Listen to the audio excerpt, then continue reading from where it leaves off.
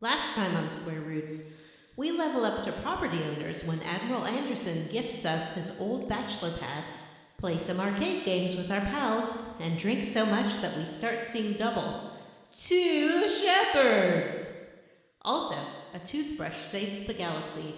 Imagine what we could accomplish if we started flossing. Ew, you don't floss?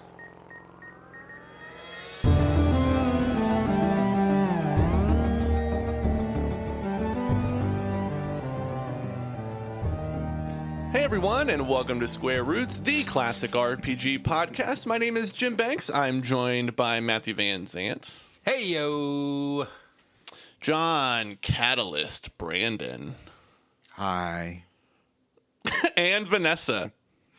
Hi, I'm Vanessa, and I only floss the teeth I want to keep. Oh!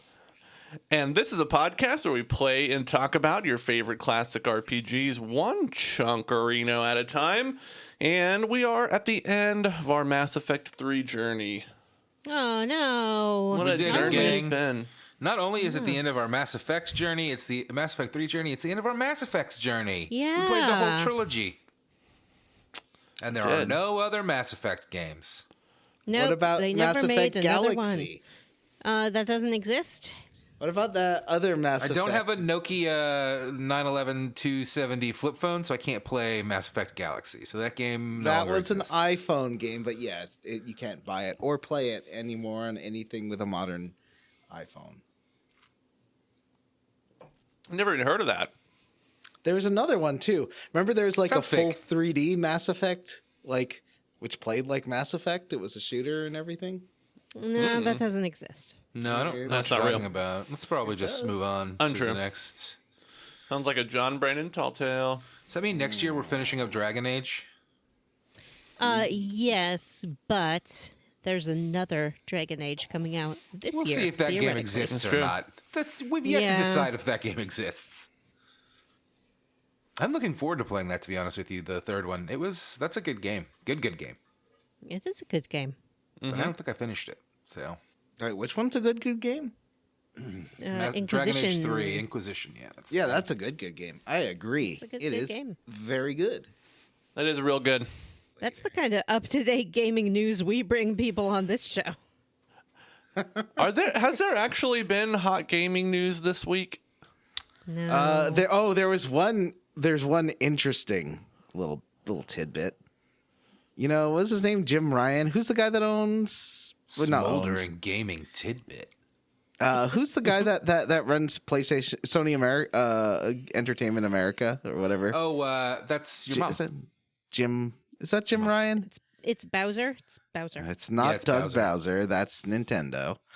Anyway, he said in a meeting with Microsoft, according to a Microsoft lady, during a meeting, was like, "I'm not interested in making a deal about Call of Duty. I'm only interested in blocking this merger." Wow. He said the quiet part out loud. Oh, no. Well, I mean, is that saying the quiet part out loud? Like, isn't that good? Do we want Microsoft and Activision to merge? Is that a positive? I mean, I think More monopoly is good, I guess.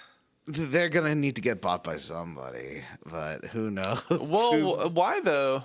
Aren't they Yeah, why like though? losing money and full of terrible corporate culture? And Is Yeah, but Microsoft not everyone full of is. terrible corporate culture? Oh boy. at least We're better. in late-stage capitalism. Everything's failing. That doesn't mean we Yeah, have to endorse monopolies. I have no. Well said, Vanessa. Here. I Thank have you. no real horse in the game. Is that a thing? A horse in the game? You have no Horse real in the race. stock in your portfolio. I have no stock in that portfolio. I just thought it was interesting that he was like, I just don't want it to happen. Like, okay. Yeah. Europe is real against it, like the No, European Union. they've approved it. It's UK that's against it. That's the ones. Okay. Yeah.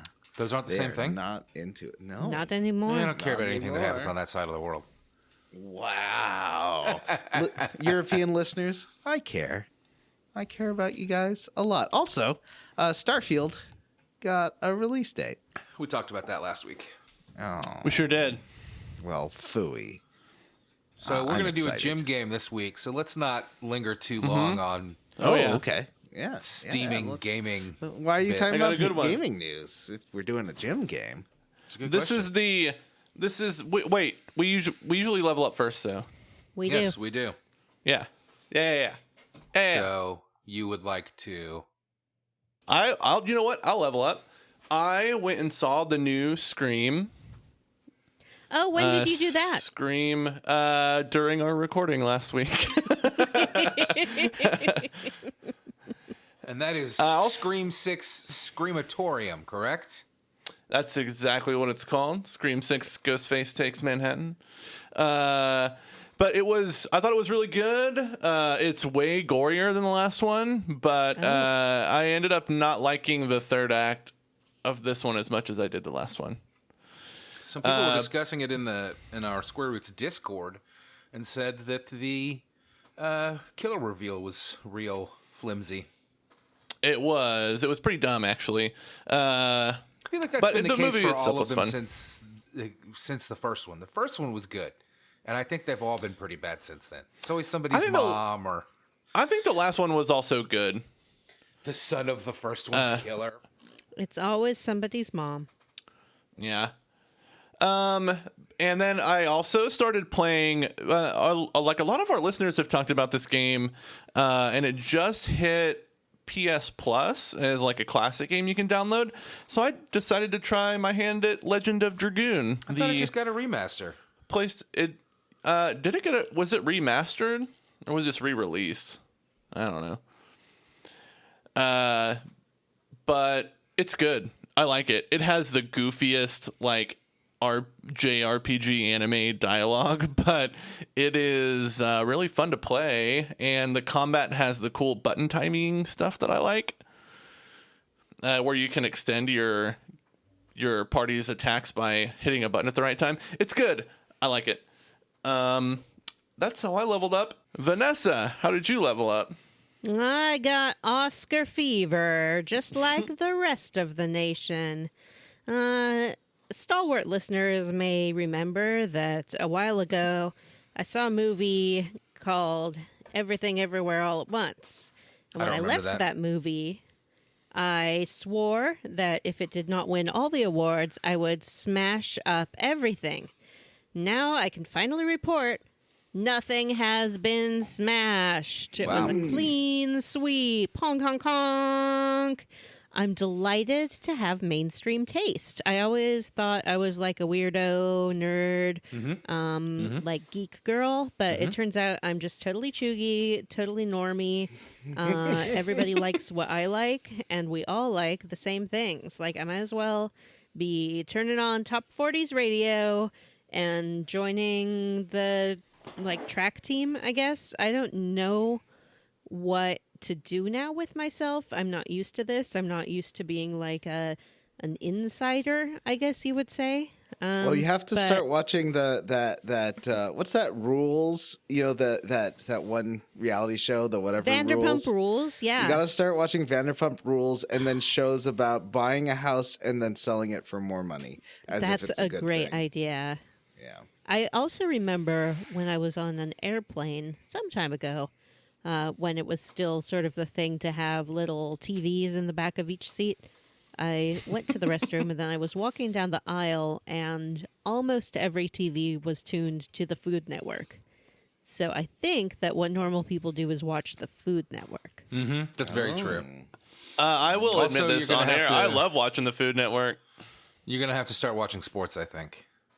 Oh, no. Yeah. Well, I mean, you already started, didn't you? What was your level up last week? Yeah, I watched wrestling. Mm-hmm. Speaking of sports, my favorite sport, Taskmaster, got renewed for 6 more seasons in the UK. That's 6 sweet seasons of Taskmaster news you can look forward to, and my level's up. Hooray! Yay. What did I say my other level up was? I wrote it here in the notes. Dunce cap. Oh, yes. Dunce caps. Dunce cap.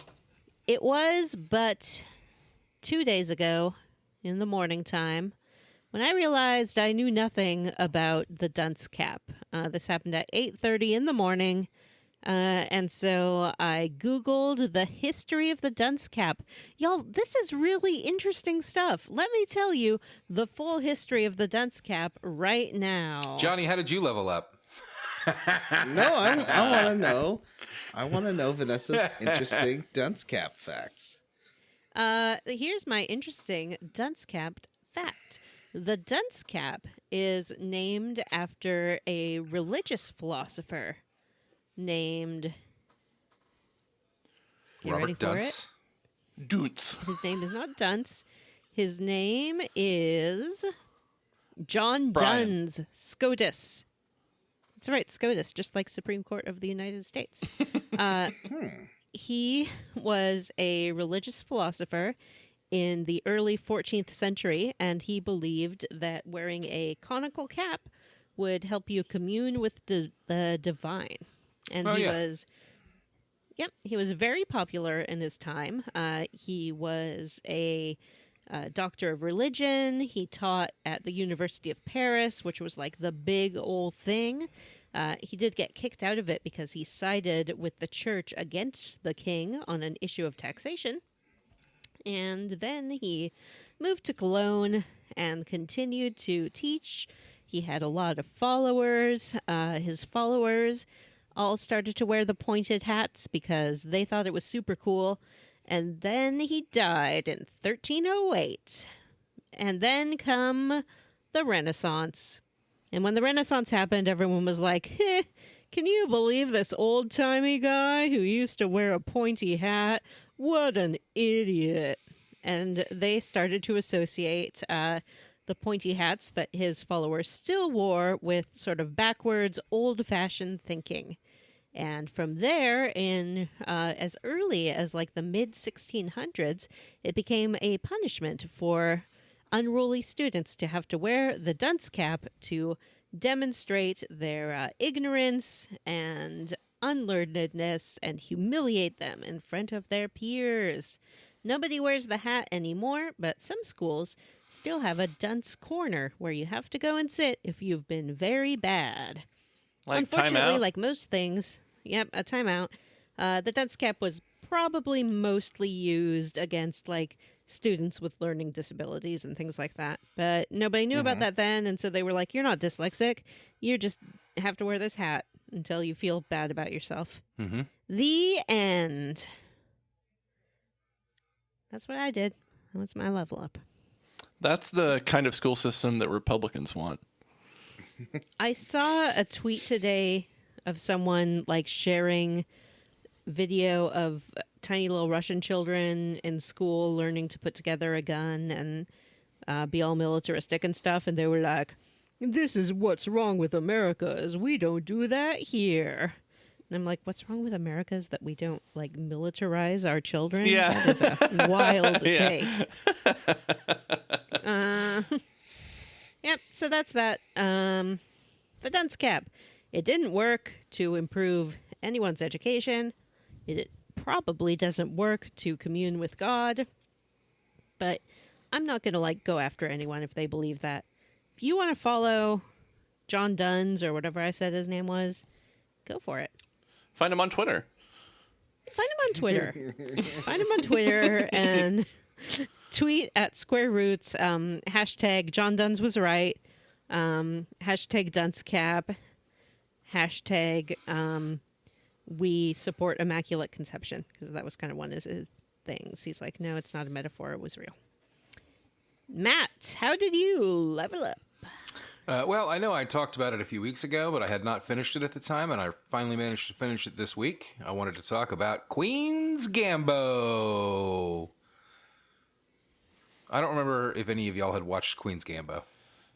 No. I have not. Wow. I've seen like half of an episode. I don't Bunch of approve dorks. of games as a hobby.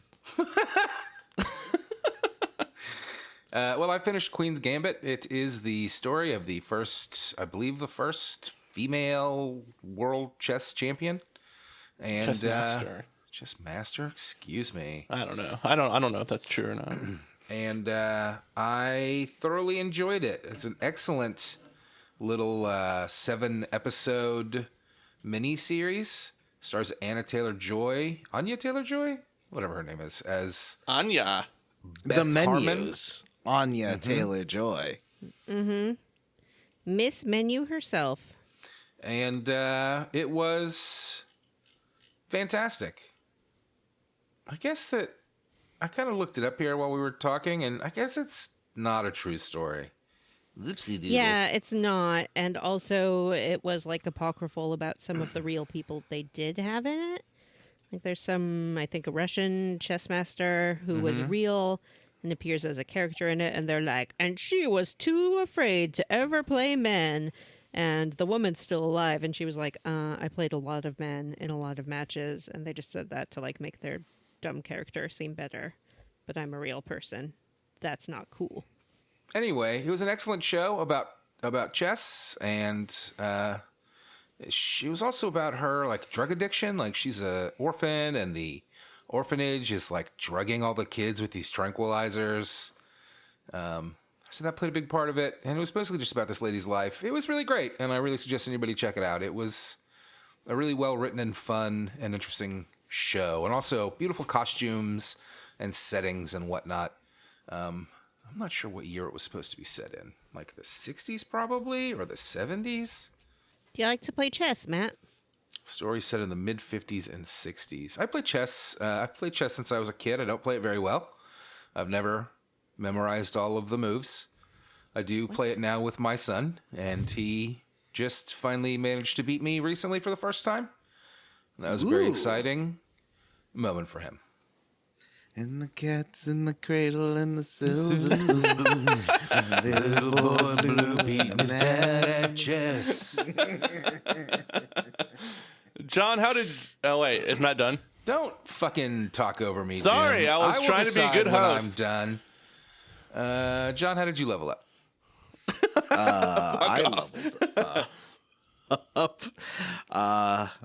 I leveled up by playing some more Phoenix Wright. I've been playing some more Phoenix Wright. Vanessa saw me play some. Well, technically, Vanessa didn't see me play Phoenix Wright, as he is not a character in the game. She saw me play. His grandfather is. Yeah, I saw you play like ye olde racist court. Yeah, well, and I mean, it's not racist accidentally. It's about like racism against people from Japan in other countries. In this case, England.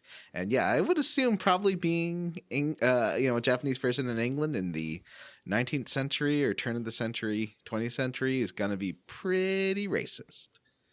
It's pretty racist now. What did you think of it, Vanessa? What did you like? I love the art style. I love how the characters are animated. I liked it a lot. I think my favorite character was Knob Gobbler, the guy who gobbles the knob of his cane. Yeah, one character's like stressed animation is chewing on his cane. He's a banker in this case. What's the name called? It does The Great Attorney? Ace Attorney. Yeah, and it's 2 Japanese games collected into one. And so I was playing the first. And every time this guy would do his stress animation of chewing on his cane, Johnny would go, nom, nom, nom, nom. Because it does look very suggestive, I would say. I apologize for the chair noise you're going to hear.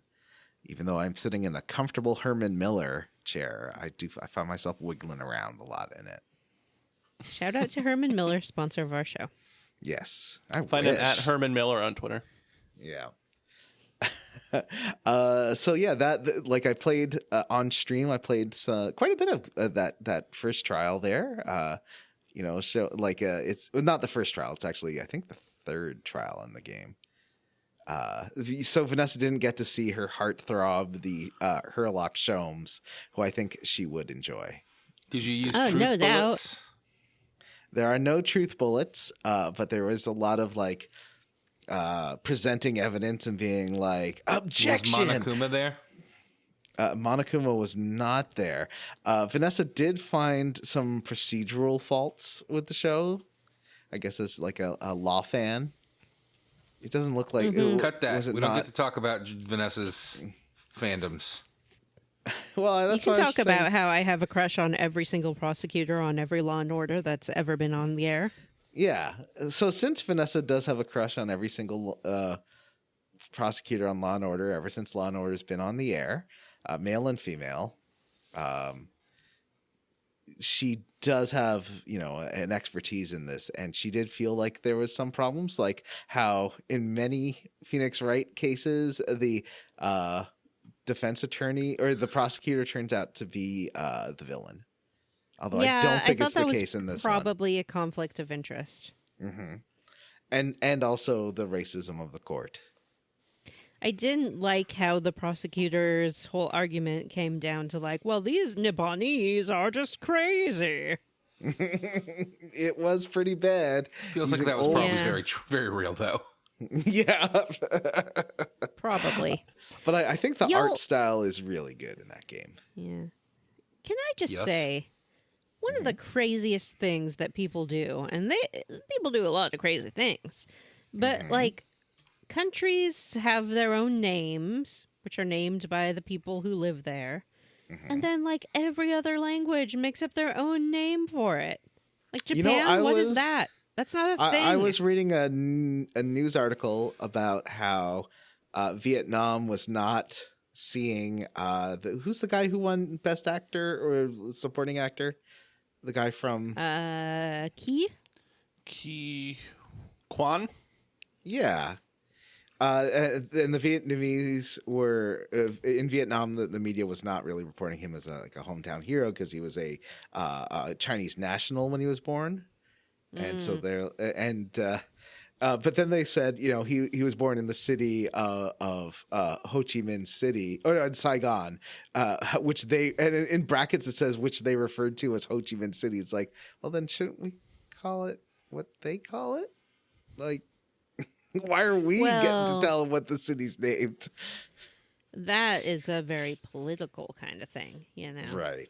Isn't that how language works, though? Like, But I think to call it's the whole Mumbai, Bombay thing, and it's like we have Burma. if we can, we should probably call Deutschland. countries and cities by how they're. Well, I think that one's confusing because like two countries call themselves that, right? Or Holland and I don't know. Isn't there like a Holland, Deutsch, and I don't know. It gets confusing. But like, why do we say France, and not France Anyway. or whatever they call it?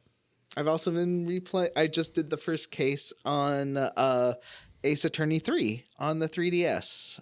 That was part of the trilogy that they have on 3DS. And I really like playing games on 3DS. The 3D effect, I never got sick of. I always think it just looks super cool, and I like looking at it. And for some reason, 3DSs have gotten really expensive used. I think because, I don't know, I think it might be a little bit of a bubble because Nintendo's shutting down the store soon. And so everyone's like, get them while you can. yeah. But they're so easily It's like hackable. really soon. Yeah. It's Yeah. Soon. But they're so easily hackable. Although I won't give Man. you any information on what that means or what I'm going on about. Playing Legend of Dragoon really gave me a real itch to charge my Vita and play my Vita more because I have so many PS1 RPGs on my Vita. Love that. I do like playing the Vita. And the Vita prices have gone down for some reason. They aren't as expensive Interesting. as they were. I have a So I think it PSTV might be too like that I have a PSTV as well that I got from one of our amazing listeners. Thanks, Bree. That I haven't had a chance to hook up yet, but I'm really excited to play with. Yeah, the only thing is I might actually hack my PSTV not to play games I don't own, but just to make it so because it right now it does a smooth like a softening filter up to 1080p that it really? shouldn't do because it looks gross. And so I want to hack it so it just does sharp pixels instead of the blurry pixels. Interesting. Oh, speaking of price charting, I never put any of my old games into price charting to see what they're worth now on PC. I've never put any of my old PC games. All my old, a lot of the Sierra games I have are worth a lot. Like Gabriel Knight's worth like $250. Wow. Which is surprising. And all those LucasArts games, like Loom is like $300 or something. I got to get my tape from my mom's house. It came with a little audio drama. Did you keep all of your boxes in mint condition, though? No, my Loom box, it was never in mint condition. It always had tape on it, like when I bought it. So, like new, it had Dum Dums had ripped it, and the Radio Shack people put tape on it. Yeah. Yeah. I don't think I have any boxes for any of like my old PC games. They're just in a CD book. I always think about like collectors more as a console thing, so it's weird to think that there is a whole collector market for like PC big box games and all that too. Yeah, that's crazy. It's very interesting. Yeah. Anyway, that's it. Let's move on to Jim's game. Oh, you guys ready? This is the finale. Is it? The game finale. Yeah, I'm gonna because I said catch we up. would do the I'm gonna last win. game. I'm going to win. I'm gonna Still win. anyone's game, right, Jim? Anyone except Vanessa. Oh. So Matt is in second place with 105 points. Vanessa, you are in third place with 35 points. Uh-huh. And John is in first place with 140 points. Yeah, but it's like double point finale, so I could still win, is what you're saying. Actually, I do have a couple surprises tonight. Oh boy. Oh. And tonight is double points night. Hey. And the random game that we usually do at the end is going to be in more of like a Jeopardy format where I'm going to allow you to wager the points that you have. Oh. Plus a bonus of an unspecified amount that I will decide on when we get to the question. Cool. All right. Now, I did come up with a theme for this one because they've been kind of random. So for the last one, developed a theme. The theme only presented itself after I had picked out all the games. So maybe this is more of a product of the time period, but this is Sequel Slam 2023. Wow. Oh, that sounds amazing, brother. Are you ready for Sequel Sam 2023, brother? So all these games are sequels. There is not a first entry in a franchise here. Is Keep there that a in mind. squeakquel? And these games are from the December 2001 issue of GamePro magazine. Is there a squeakquel? In what way are we going to play the game? I think we'll continue with the format that we've always done.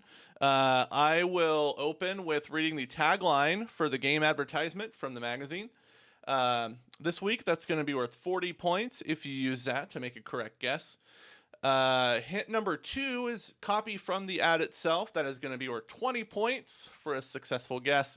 And hint 3 is random facts about the game. That's going to be worth 10 points. And are we going to be buzzing in? Good question. How do you guys want to do it? Would you rather go Oh my in god, like a no, little I don't want circle? to buzz in. We never buzz in. Oh, we're not buzzing in. Buzz. We're going to go in like a little circle. Buzz. No buzzing. We're Buzz. going a little circle. We're going to let Vanessa go first since she's point loser. Yeah, it's like Jeopardy I'm not rules. point loser. You're point loser. Point loser. Vanessa's last. So it will go Vanessa, Matt, and then John. All right. You guys ready for game number 1? Yeah, I'm going to play hard. I'm going to play smart. I'm going to take risks. I'm going to really go for it. Oh, yeah. I picked some good ones this time. All right. Hit number 1. Game number 1. They're revolting. Team up. Power up. Blow up. What? Did you say this is from a PC magazine? No, this is GamePro. Revolting. Gross. I don't know any games with revolting No, characters. like revolting. Like they're Oh, staging a revolt. They're revolting. I see. Okay, that's a little bit better. Yeah, let's see. I said I was going to really go for it and take big risks and big swings. Pass. Well, you can ask a question. All right. My question is this a game I have played? I cannot answer that. Okay. I'm not qualified. Matt. Read me the tagline again, Jimmy. They're revolting. Team up. Power up.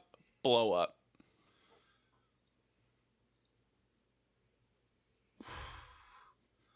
Is this a Dreamcast game? It is not. Pass. Johnny. They're revolting. What year is this magazine again? December 2001. December 2001. And okay, so they're revolting.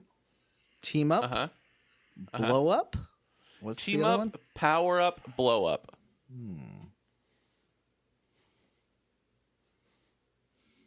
All right, I'm gonna have to pass. Well, actually, let me ask you a question first. We're still asking questions, right?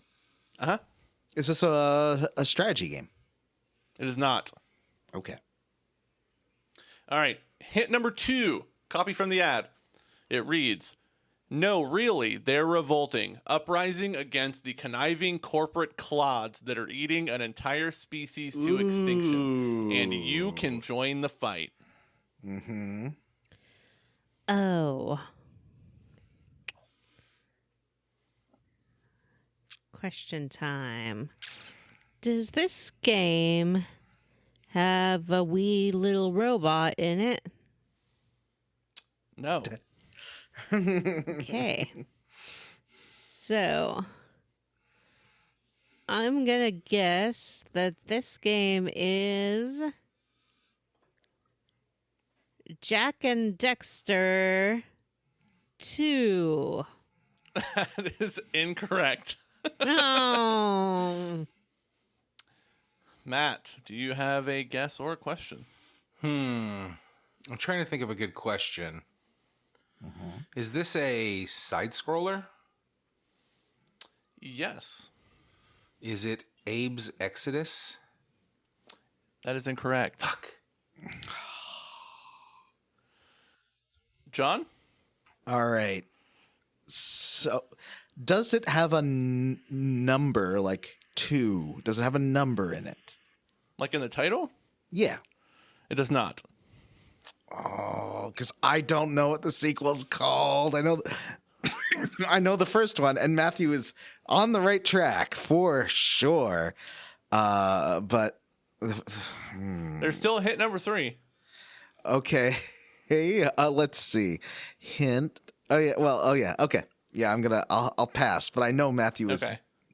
Oh, so Matthew's guessed, right? He's guessed. Vanessa and I both guessed. Well, We both Oh. guessed. Okay. Yeah. Let's go for the Didn't- last. Did we get to come back in for round 3? that's how we played it last time, no, isn't last it? time we've played it with if all 3 of us get knocked out from guessing, then we all come Oh, back then we in. read the next one. Yeah. Okay. All right. So let's go to the So- last round here. So wait, hold on. So for this last round, if John is incorrect, do you guys get another chance to guess? Yeah. Okay. Okay. All right. So hint number 3. These are other facts about the game. The game is rated T for comic mischief and violence, and the developer is Oddworld. Oddworld. Okay. Oh. But it's not 2. You're right, Matthew. You're Abe's 100% Exodus was right. 2 for sure. What? I remember the name of Oh. the third one. Oh. no. Then I have to guess it. Let's see. Abe's Return. That's incorrect. Oh. All right. I get to guess before Matt, Yes, you do. right? Yes, you do. What was the game that Matt guessed? No telling. Matt guessed- No Oh, okay, telling. No telling. All right, no telling. Can't go back to the Hey, tape. I that was guessed my hint Abe's question. Exodus. All right. Is it like Odd World Secret of the Ood? Is that your guess? Secret of the Ood. No, I'm just thinking out loud.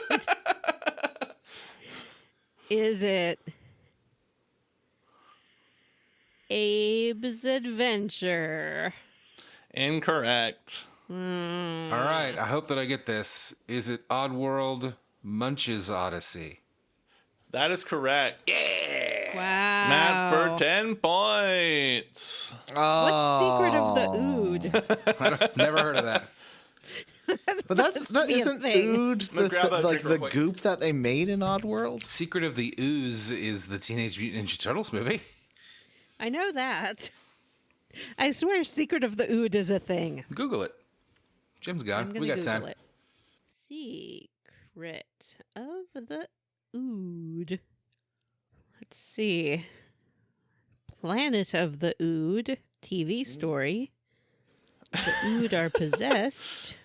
Is that from Doctor Who? It is. Are the Oods the stupid cellulite ones? I hated those guys. No, they're like squiddy people. All right, are we ready for game number 2? Learn key concepts in the OOD/LLD round of software engineering interviews. All right, game number 2. Tagline. This is for 40 points if somebody gets it right. Yeah. Tagline reads, each shall rise to face their destiny.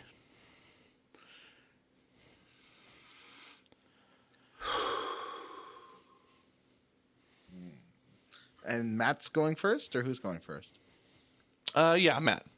My question is this a Tales game? No. Okay. Pass. Johnny's turn. Oh, is this a fighting game? It is not. Oh, there goes my guess. Pass. Well, I have to pass anyway, so I've already asked. Is this an RPG? It is. Okay. All right, hint number 2. Hey, I didn't get to guess. Copy from the... I thought it was What? the whole thing was getting a hint or guessing. Nope. Oh, That's not okay. do you have a That's guess, not. Vanessa? You're right. That's not what we've been doing. Okay. Yeah. Well, Vanessa, do you have a guess? No. Okay.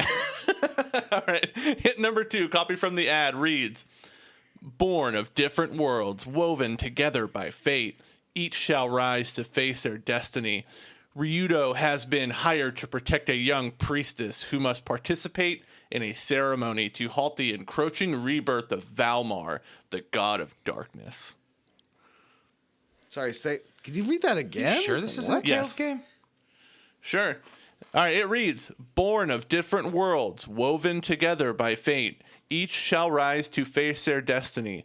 Ryudo has been hired to protect a young priestess who must participate in a ceremony to halt the encroaching rebirth of Valmar, the god of darkness.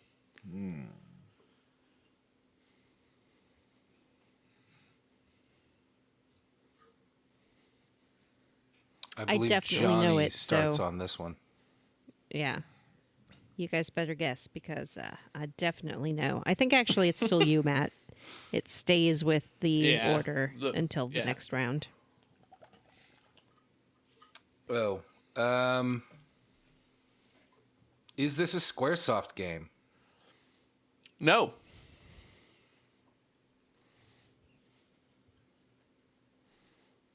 Well, since Vanessa's going to guess it anyway, I might as well guess and say Legend of Dragoon? Incorrect. I guess that's not a sequel.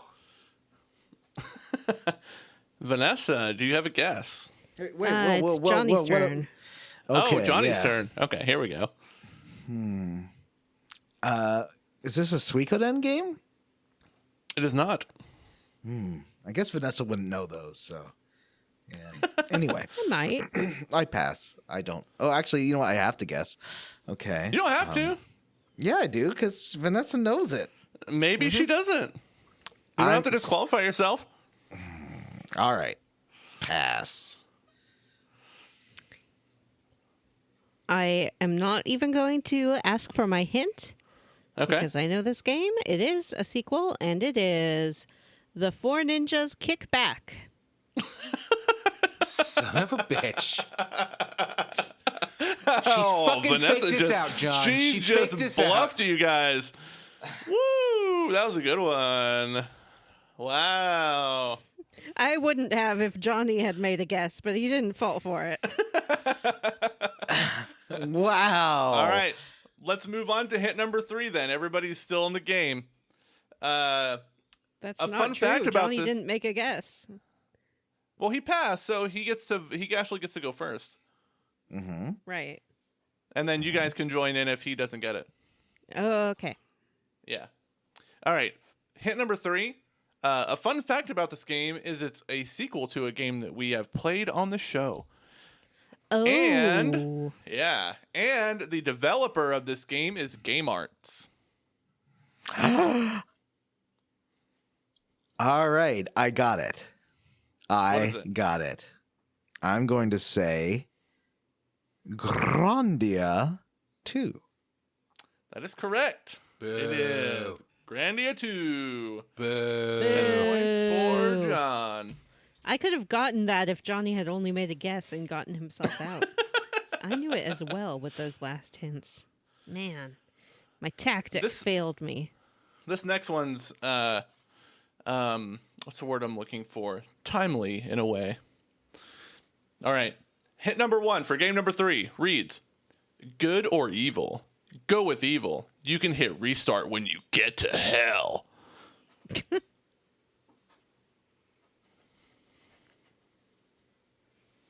Who Who goes first to this round? Is this John? Johnny? John's first. Oh, okay. Let's see. Is this an RPG? It is not. Oh, okay. You can go for evil when you go to sorry. So what was it? If you go for good, if you go to hell? It says good or evil. Go with evil. You can hit restart when you get to hell. Okay. Did I make my guess? Or no, I haven't asked for a hint yet, right? You asked if it was an RPG. Oh yeah, and what was the answer? No. Okay. I'm gonna guess. Black okay, and white. all right. Black and white 2. That's incorrect. Good guess, though. Yeah. All right, it is Vanessa's turn. Right. So, it's not an RPG. You did, however, say it was timely. My question is, in what way is this timely? I'll say that it features an actor that recently made headlines. Huh.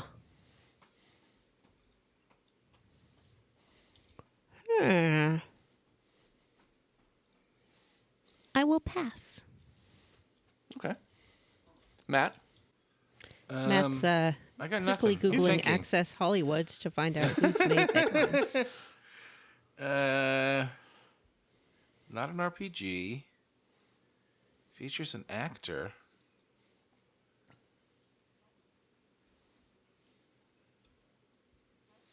Is this a shooter? What do you mean by a shooter? An FPS? No.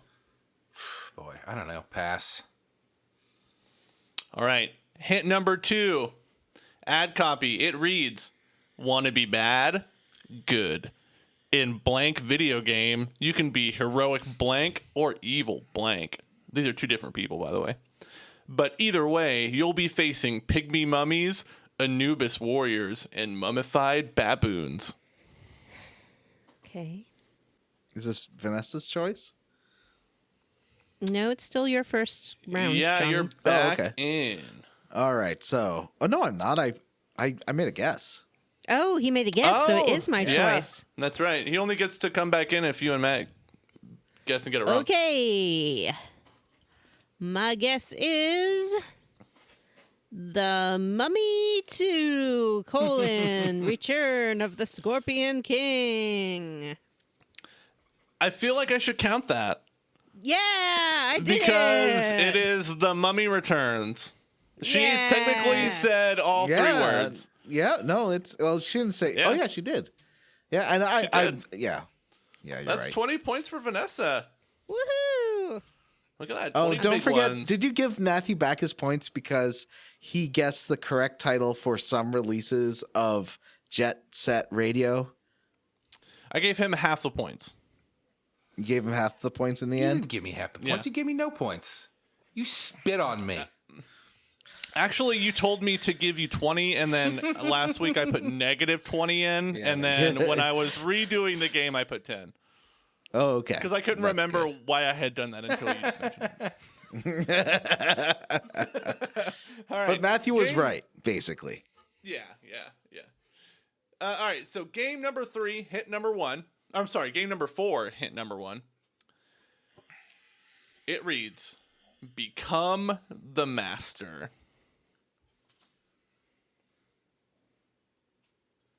Really shitty tagline. Yeah, that sucks. And it's me again, right? No. it's No, not. you went no. first last me, round. Vanessa. It's me Vanessa. again. Vanessa, yeah. It's all the way back to me. Is this a console exclusive? Let me look that up. He doesn't know. Sounds like I have become the master. I mean, you don't actually have to. It's not going to help me one way or the other. Let's see. It was only on the PlayStation 2. Oh. Pass. Is this a Square Enix game? No. Pass. John? John? Okay. So he's a master. 2001. Does this game involve, or is this game about vampires? No. Okay. Pass. All right, hit number 2. Copy from the ad reads, Guide Kahu through the ancient and eternal forests of the 4 elements to rid himself from the karma parasite and save humanity from extinction. With his powers of monster magic and sidekick Nico, he must build an army of monsters, find the 4 orbs of sacred power, and exterminate the karma from the world. This sounds stupid. Ugh. I guess my question is his sidekick Nico cute? I don't know. I've never Right, played this pass. game. Hold on, wait. I'll Google it. Thank you.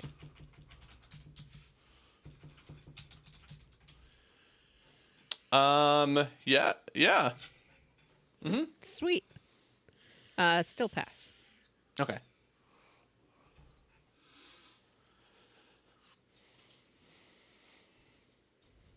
Pass. Matthew.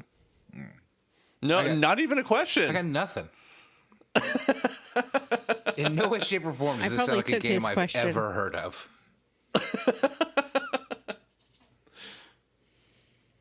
John?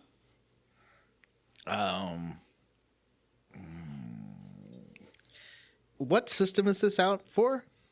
He already told PS2. us it was the PlayStation 2. Oh, PS2. Okay. Is this a Japanese game? Yes.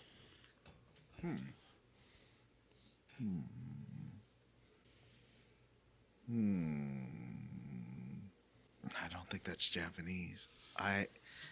Summoner 2. Incorrect. Ah. All right. Hint number 3. Here's a fun fact about this game. This is a sequel to a game that was an answer from a previous full page failure game. Game number 5 to be exact. And the developer of this game is a little company called Genki. Oh, Genki. Genki. Genki. Genki. Right. I stopped listening because tomorrow's St. Patrick's Day, and we accidentally ordered 3 corned beef instead of 1 corned beef. Like we Hey. wanted You can be one swimming in package of corned beef. but we have now 3. So I found one friend to take one of them, and I am currently text messaging about giving the other corned beef away to our mutual friend Laura. So I think she's going to come get the corned beef on Sunday. That's pretty exciting for me because I have way too much corned beef. My guess of what this game is Bad Karma 2, Rise of the Monster Mash. That's incorrect. Right. Matt, what do you think? Well, let me ask my question first, Jim. Okay. What is the name of this game? That's a good question. Yeah. Nobody's asked me the name of the original game in a franchise yet, which Doesn't seem like it would be is fair. kind of a... Yeah. I expected it, though. I thought that's going to be the first question somebody asked me when I say it's Sequel Slam. Ooh. I just don't know. Pass. John, do you have a guess? I've already guessed and failed. Well, they both failed, too, so you're back in. Oh, okay. Genki. Genki. Is that the name of Spider-Man's friend? Does it begin with G? The name. It begins with a soft G sound. Oh. What? Soft G like J, like a J. I honestly, I don't know what game this is. Okay, all right. We're gonna do a lightning round for this one. We don't can't think have a anybody's total gonna stumper get on the this, last bud. game. What I'm gonna do is I'm going to read the hints from the first game to try to jog your guys' memory. Okay? Mm-hmm. All right, here we go. The tagline was Infinite Monsters. I'm just going to keep reading stuff about the game until somebody guesses. Mm-hmm. Infinite Monsters. As Levant, you will engage powerful monsters in deadly one-on-one combat. As the magic and talon clash of these titanic battles turns to your favor, you can call on the mystic cocoon powers and capture a fallen foe as they are on the brink of death. And this wasn't Jade Cocoon, right? Or was it? Okay, Jade Cocoon 2. That is correct. Guess. John gets it. Yay! I That's can't 10 believe you brought back that stupid game no one's ever heard of for another. I'd heard of the first sequel one. I didn't know no it had a one's ever sequel, heard though. of. Okay, so for tonight's random game, I had a couple choices. Like I could make it an easy one for a lot of Yes, points that easy, maybe Vanessa please, could get to easy. win. The easiest game possible. After... You want to go super easy? Yes. Super 'Cause I easy for Vanessa to win. And, Okay, and hold starting on. with Matthew and Vanessa, so if they fail, it's on them that I destroyed them. Okay, so we're gonna do this. Hold on, let me go back here. I'm going to find a really easy one. Give me just one moment. The original game that I was going to quiz you guys on for this finale was called Get Fat, PHAT, which is a come Game on. Boy Advance game. And the ad copy reads, play as One-Eyed Jack and grind, board, shoot, and scratch to keep the punk-ass aliens from getting fat. That sounds awful. That sounds worse than Jade Monster 2. Okay, I found a random one. It's a game that you guys might probably know. It's got easy ad copy, and it's a sequel. This is also a GBA game, but you guys might know it. Should I just pick one that's not a GBA game? There's a lot of GBA ads in here. I'm just gonna read the whole goddamn thing.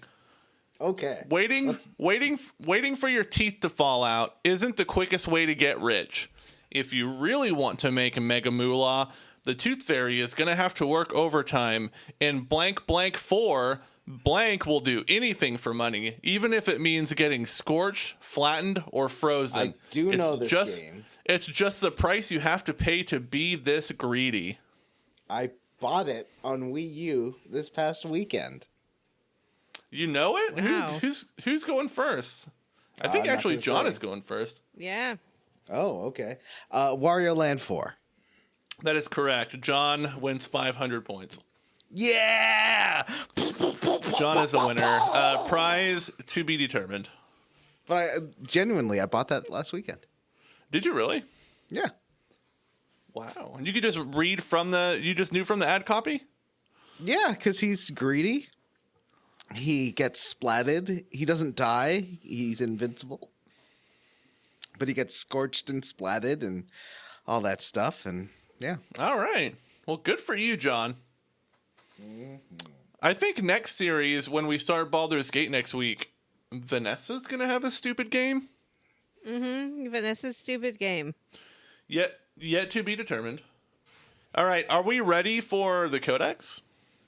Sure. I've never been more ready for anything in my life.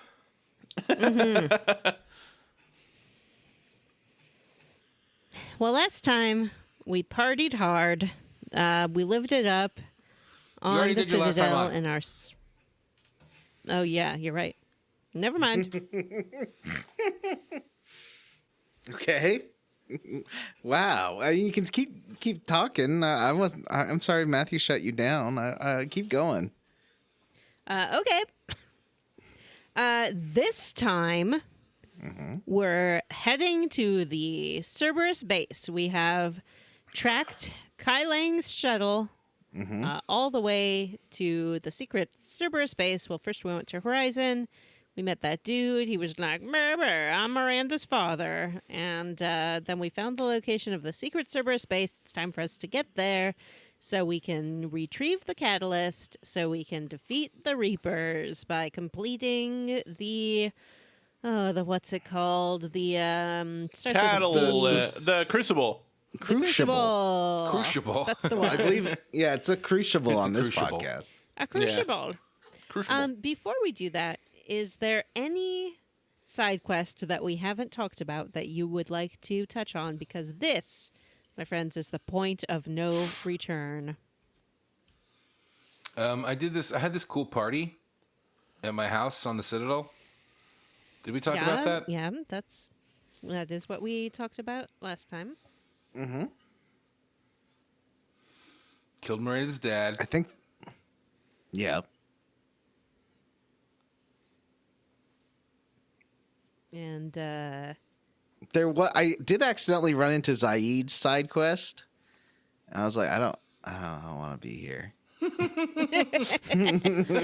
you But I finish did it, it. or did you just I did walk finish away? it. It was so boring. It was basically he was gonna kill somebody, but I got it was this Volus, but I got him to like spill the beans instead, and no one died. Actually, I think he might have just shot the Volus anyways. I can't remember, but I feel like he didn't. That is the only side quest I can think of at this very moment. Did we talk about Jacob's side quest? I feel like we did. Right? That one was really boring. Yeah. The saving he's the just like- scientist one? Didn't we talk about that? That's I feel because like we Jacob did is talk really about that boring? one. It's true. The And only his thing girlfriend. about Jacob's side quest is that he's like with a woman and she's pregnant, and that's the case whether or not you romanced him in Mass Effect 2 or not. Ooh. So that No, could be dramatic. let's do it. I think we've covered a lot of side quests. Let's go on. Let's go to the Cerberus base and defeat Cerberus finally. Edie demands that she comes along with you. Yeah. She's like, I'm coming. Joker mad. You can't do it without me. I'm the best computer. So you better let me in.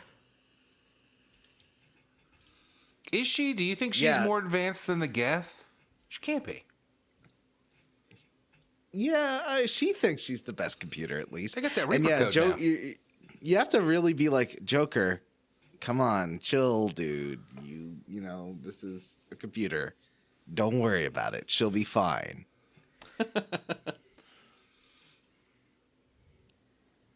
Just like Yeah, save you're the like backup. you like tell Joker, you're like, you know, she could realistically get totally hacked and then she won't be your girlfriend anymore. And he's like, oh yeah, thanks for reminding me. Well, I mean, anyone can, things can happen to biological girlfriends too. So I don't think that's anything to be all fussed about. Biological girlfriends. Yeah. So Edie has to come. Who did y'all bring besides Edie? Do you remember? I brought Javik for pretty much all of this. I had James. Why? I like having James. James. But yeah, I brought Javik as well, and it kind of worked out for the best with the end of this chunker, because he gets some special dialogue with the Prothean VI. Yeah. I brought Caden because I wasn't ready to let him out of my sight after what had happened the night before. Because as we approach the Cerberus base, we get a little downtime in our cabin. That's right.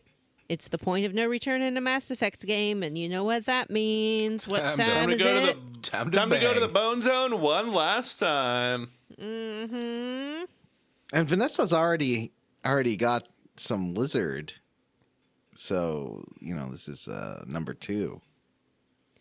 That's true. Right? I did get some lizard in the hospital. I actually Caden a couple Jesus. times, in the Citadel DLC has been kind of around. But this time he comes up one more time and he's like, "Hey, Shepard, it's me, Caden. The semi-tortured biotic, except I'm not actually tortured in any way that would mean anything. I just occasionally mention that I get migraines sometimes. I'm so tortured. Anyway. Wow, Vanessa's diminishing the hardship of having serious migraines. Yeah, yeah. Anyway, Shepard, this is our last chance to spend the night together. And they do. He does take off his shirt, so that was great. And I honestly can't remember anything else about this amorous encounter. Jim, did you have an amorous encounter? I did. I spent one final night with Trainer. Toothbrush trainer? Toothbrush Trainer. It was really sexy. We had a sexy evening. We listened to music. We took our clothes off. We had a sexual encounter. And she comforted me after I had my last boy on fire dream. Yes, Caden did the same thing. Does Trainer, you know what I'm going to ask. Is she bringing that toothbrush into bed with her? Oh, she's not brushing her teeth with that. I'll tell you that much. I knew it. Nobody loves their toothbrush that much. Johnny, did Bim Jenks have any amorous encounter? No, because he was so mean to Cortez. Nothing happened there, and he also kind of told off Diana Allers, and she was like, "Oh, I wasn't flirting with you," and your weird glowing red eye. I feel like his glowing red eyes might have been a romantic turn off for a lot of people. So he did not flirt with anyone except for James Vega, who hooked up with Ashley. Oh, Who let him sad. on? It's always all about James. So he just woke up alone. You got a long shot of his nip. Did you guys get the scene with Liara before this? I mean, I got a scene with Where Liara, you can- Liara in the bedroom. You can call Liara into your room and she'll tell you about this record keeping project that she's doing. Where in the I did get that. in the Yeah, me event too. that the squad fails, she's basically created this little system that will explain, I guess, all of recorded history. And she comes into Shepard's cabin and says, "There's a lot of extra special stuff about Shepard." Yeah, and she sort of asked me, like, how do you want to be remembered? And Yeah. I was like, just tell the truth. And then she was like, Shepard is the best, coolest, most amazing person in the whole history of time. The ultimate paragon, A number one, the best. Yeah, and she's also doing what the Protheans did, which is include all of the schematics and stuff for the Crucible. So Yes. in case they fail, a future non-Reaper civilization will be able to find it and hopefully figure it out soon enough to stop the harvest. Which But, this also factors into the bad ending if you get the bad ending. Well, we'll get to that. And whether or not it's actually bad. I think there's a debate to be had there, actually. But Matt, Liara didn't just leave after she got your interview done, did she? Nope. Liara and Shepard had some sexy time in their underwear because this is still a PG-13 game. I did take a screenshot of Vanepard and Liara in bed just to make everybody super uncomfortable. Yeah. The whole yeah, I like, want to see that. Where did you upload it somewhere? do you? It's on the PlayStation Network group. Oh, okay. It is. It's in the Yeah, PlayStation I chat. went from flattered that Matt had based his Shepard and made her look like me to mildly uncomfortable. Yeah, it was a little weird. I'm not gonna lie. But yeah, I spent the night with Liara, and we said we love each other. I wonder if she took some of that DNA. I bet she did. Like the Asari. How could you even tell? You know she did. I bet she did. She was like, "Oh, I'm just going to have some of this DNA from my little Asari baby, nom nom nom nom nom, in case you don't come back, nom nom nom nom." That's what Asari do when they're trying to get pregnant. Just nom nom nom nom nom nom. Yeah, they're just like, nom nom nom nom nom. Just some of this little DNA here, nom nom nom nom nom.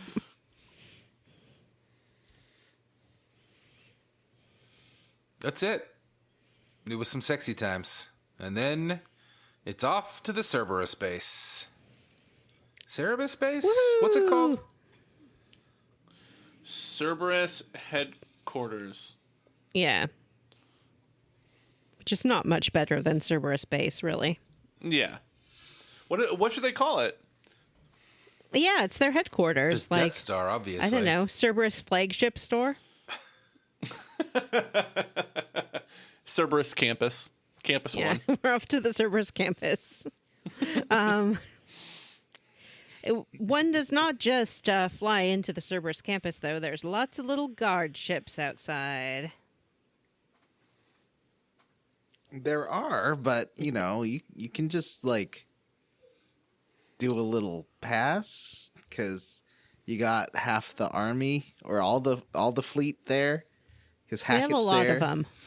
Yeah, Hackett's there, and he's like, "We brought the whole Alliance fleet. We're gonna trash this place."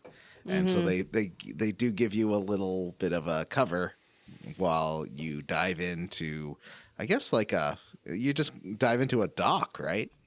Yeah.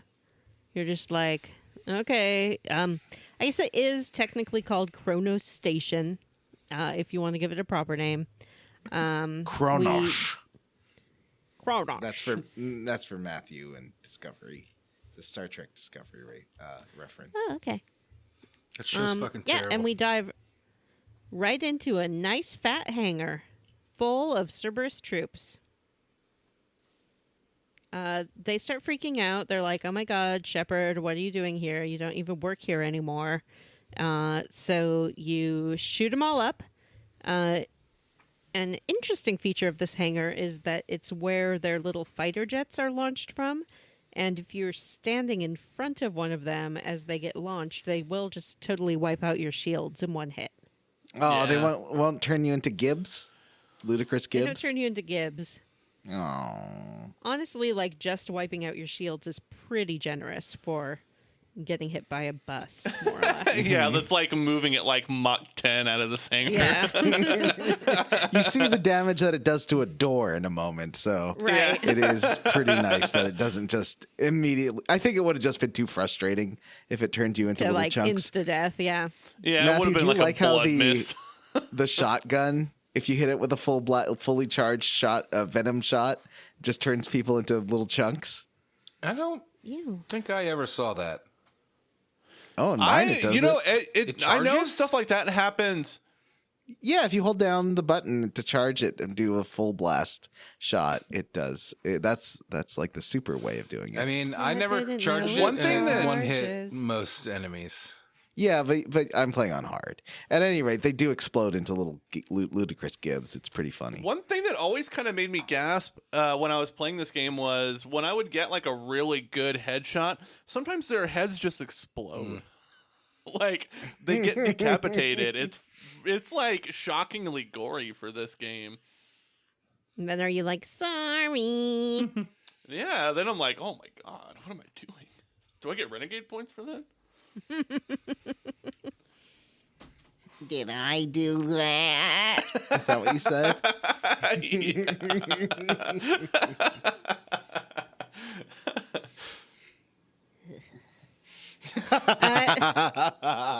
So we fight these Cerberus troops in the hangar, and eventually they realize that they're not going to be able to beat Shepard because Shepard's like the best, coolest person in the whole galaxy. Yeah. So they're like, well, just open up the airlocks and flush them into outer space. That'll do it. It's a pretty good plan, except we do have our beep boop hacking robot Edie with us. Yeah, and she's like, you guys we need to find a console, and I can override. They call it like Sequence Omega or some sci-fi thing like that. And she goes, I can override this, but I need to find a console. This is the sequence that's gonna like flush out the hangar. So you gotta go up a ladder and then through a couple corridors until you find a sweet console. And apparently, if you don't do this in time, you do get an end game where Oh, Shepard really? is just sucked into outer space. That's pretty cool, actually. And that's the end of Mass Effect. But it's not that difficult to find the console because I think it shows up right on your little mini map. And you just have to go up there and use it. You reverse the sequence, and then you're like, well, we're still trapped in this hangar. What are we going to do? But there's one little fighter jet that has not launched. It's kind of in launching mode.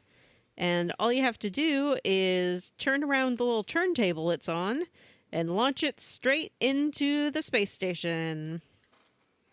Wiki, wiki. It seems to me... It's the sound of the turntable. Yeah. Seems like a design flaw to me that their launch pad can rotate 180 degrees so you can launch the ship like right into the interior. Seems like maybe don't do that when you're building a launching Yeah, system. maybe don't. Like, why do that? Do you anticipate launching into your own space station? Right. Like, because it's not like there's a place for the ship to go behind it. There would be no reason. It's just to a send it funny back prank that the contractors played on him, like when they installed I that guess. toilet with a joke hole just for farts.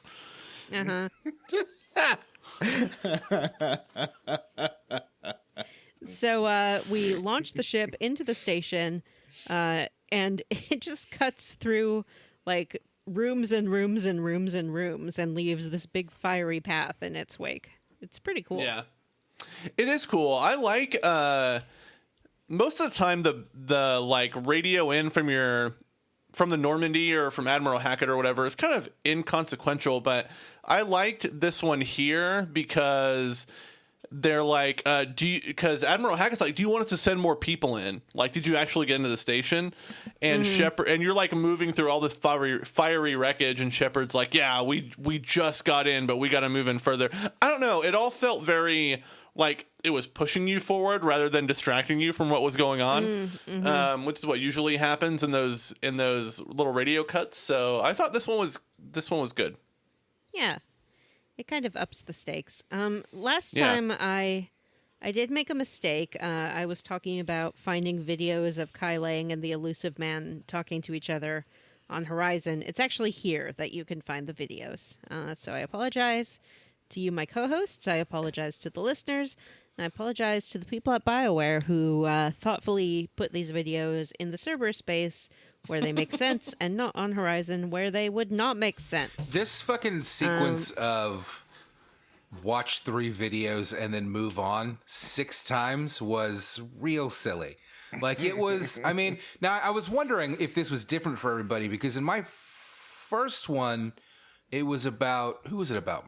Miranda maybe, or Edie? And so it was about Edie because Edie was there. So you were able to then turn around and ask Edie about these videos.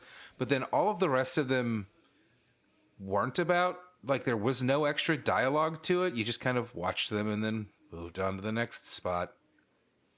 I found this very fucking annoying. I had extra dialogue because Caden was with me, and if you bring your paramour with you, they'll comment on what's going on. So, like, we watched the videos, and Caden was like, wow, remember when I said that you were a Cerberus traitor and I didn't know who you were anymore? It's clear to me now from watching this video with, like, external proof that that's not the case, and you did the best you could, babe. Caden's fucking terrible, and I am kind of mad at you for romancing him in this game. What choice did I have? My snake is dead. Could have romanced Javik. Yeah. Could have romanced Garrus. No, I did that once or twice. Could have romanced James. In other playthroughs. James, no, thank you. Could have romanced Rather have Cortez. Caden. Actually, I don't think you can romance Cortez. Can't. He don't like the ladies. Could have romanced Legion. I would totally romance Legion. You Imagine can having romance 1,000 Trainer, programs yeah. at once. Does Diana Allers go both ways? She seemed to. Yeah. Okay. She was definitely sniffing around the cabin, being like, how about a real in-depth interview? Could have romanced I Dr. like how she Chocolates. backtracks a lot if you say no. She's like, oh, I didn't mean like that. No, totally Yeah. professional. No. I would love if you could romance Dr. Chocolates. Have an older female romance interest for Yeah. once. Can you romance Wynn in Dragon Age 1? No, I don't think so. Oh, okay. First of all, she's dead. And Yeah. second of you know. all, Kywin? So are you uh, in Mass Effect. I guess that's true. But I mean, she was like dead before you knew she was dead. She has spirit in her. Kywin. Moving on. Yeah, so this is just like a sequence of opening a lot of doors and watching some videos about Shepard's past. We have to fight some Cerberus engineers, and they have turrets. Oh, no. There's a lot of engineers. There's a lot of engineers. Edie makes a huge deal about this. She's like, oh my god, there's Cerberus engineers up ahead. We're never going to get past them. Engineers are the scariest thing in the whole galaxy. You can just use overload and like zap their turrets or sabotage them and have I mean, them. I was playing It's it on not a easy. problem. This stuff was all very easy. You can just shoot them in their little backpacks and they'll blow up. Yeah, that's true. I mean, I bounced back and forth Johnny, between did you have any trouble Johnny's with not here. these? I bounced back and forth between the sorry. particle cannon and the venom shotgun, and they're both just super handy for fucking wiping out massive amounts of dudes. How come all of the Cerberus soldiers are men? Because Not women... all of them. They have the specters or whatever that are ladies with Oh, yeah, katanas. the Nemesis. I thought those The were Nemesis, was yeah. robots. They also have the snipers that are in black and will shoot you. I thought those was robots too. They have those guns that make the squeaky sound when they aim at you. Yeah. They have women, but they're only allowed to be sneaky or distance They fighters. can only be femme fatales. You can't Yeah, have a women regular aren't allowed lady. on the You gotta have a Cerberus femme front fatale. lines. Yeah. So we make our way through, and then we reach this large open area. And what if they got in there? They have the husk of a reaper. It's the we have- Reaper from, isn't it? Don't they have the baby Reaper from the Mass Effect 2? Yes. The baby Yeah, the but that's what they human got. Reaper. Yeah. The Terminator. Yep. We've been talking a lot about how there seems to be some indoctrination going on at Cerberus. And if I had to guess, I would guess that this little baby has something to do with it. Yeah, they've been using the baby to power the station, while also examining the baby's technology, babology. I if they're thought there was using going it to be a power the baby fight. station- Vanessa spoiled that the Yeah. baby comes back. Hey, Baby- still be. baby got The back. baby was gone, and he just couldn't live without you. The baby came Baby, back. come back. He's You metal can and made of skin and bones and all sorts of human flesh stuff.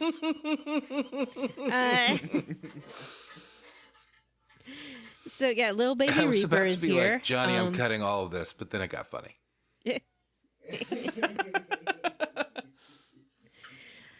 Little baby Reaper has been plugged in. What could go wrong? Yeah. A lot. Seems great. Yep. Super great, super smart, really good job, elusive man. If you didn't go save Jack in time, there can be a husk of Jack here that you have to Oh, fight. really? Oh, Yeah. my Jack was already dead for me, so I don't think Yeah. that applied for me.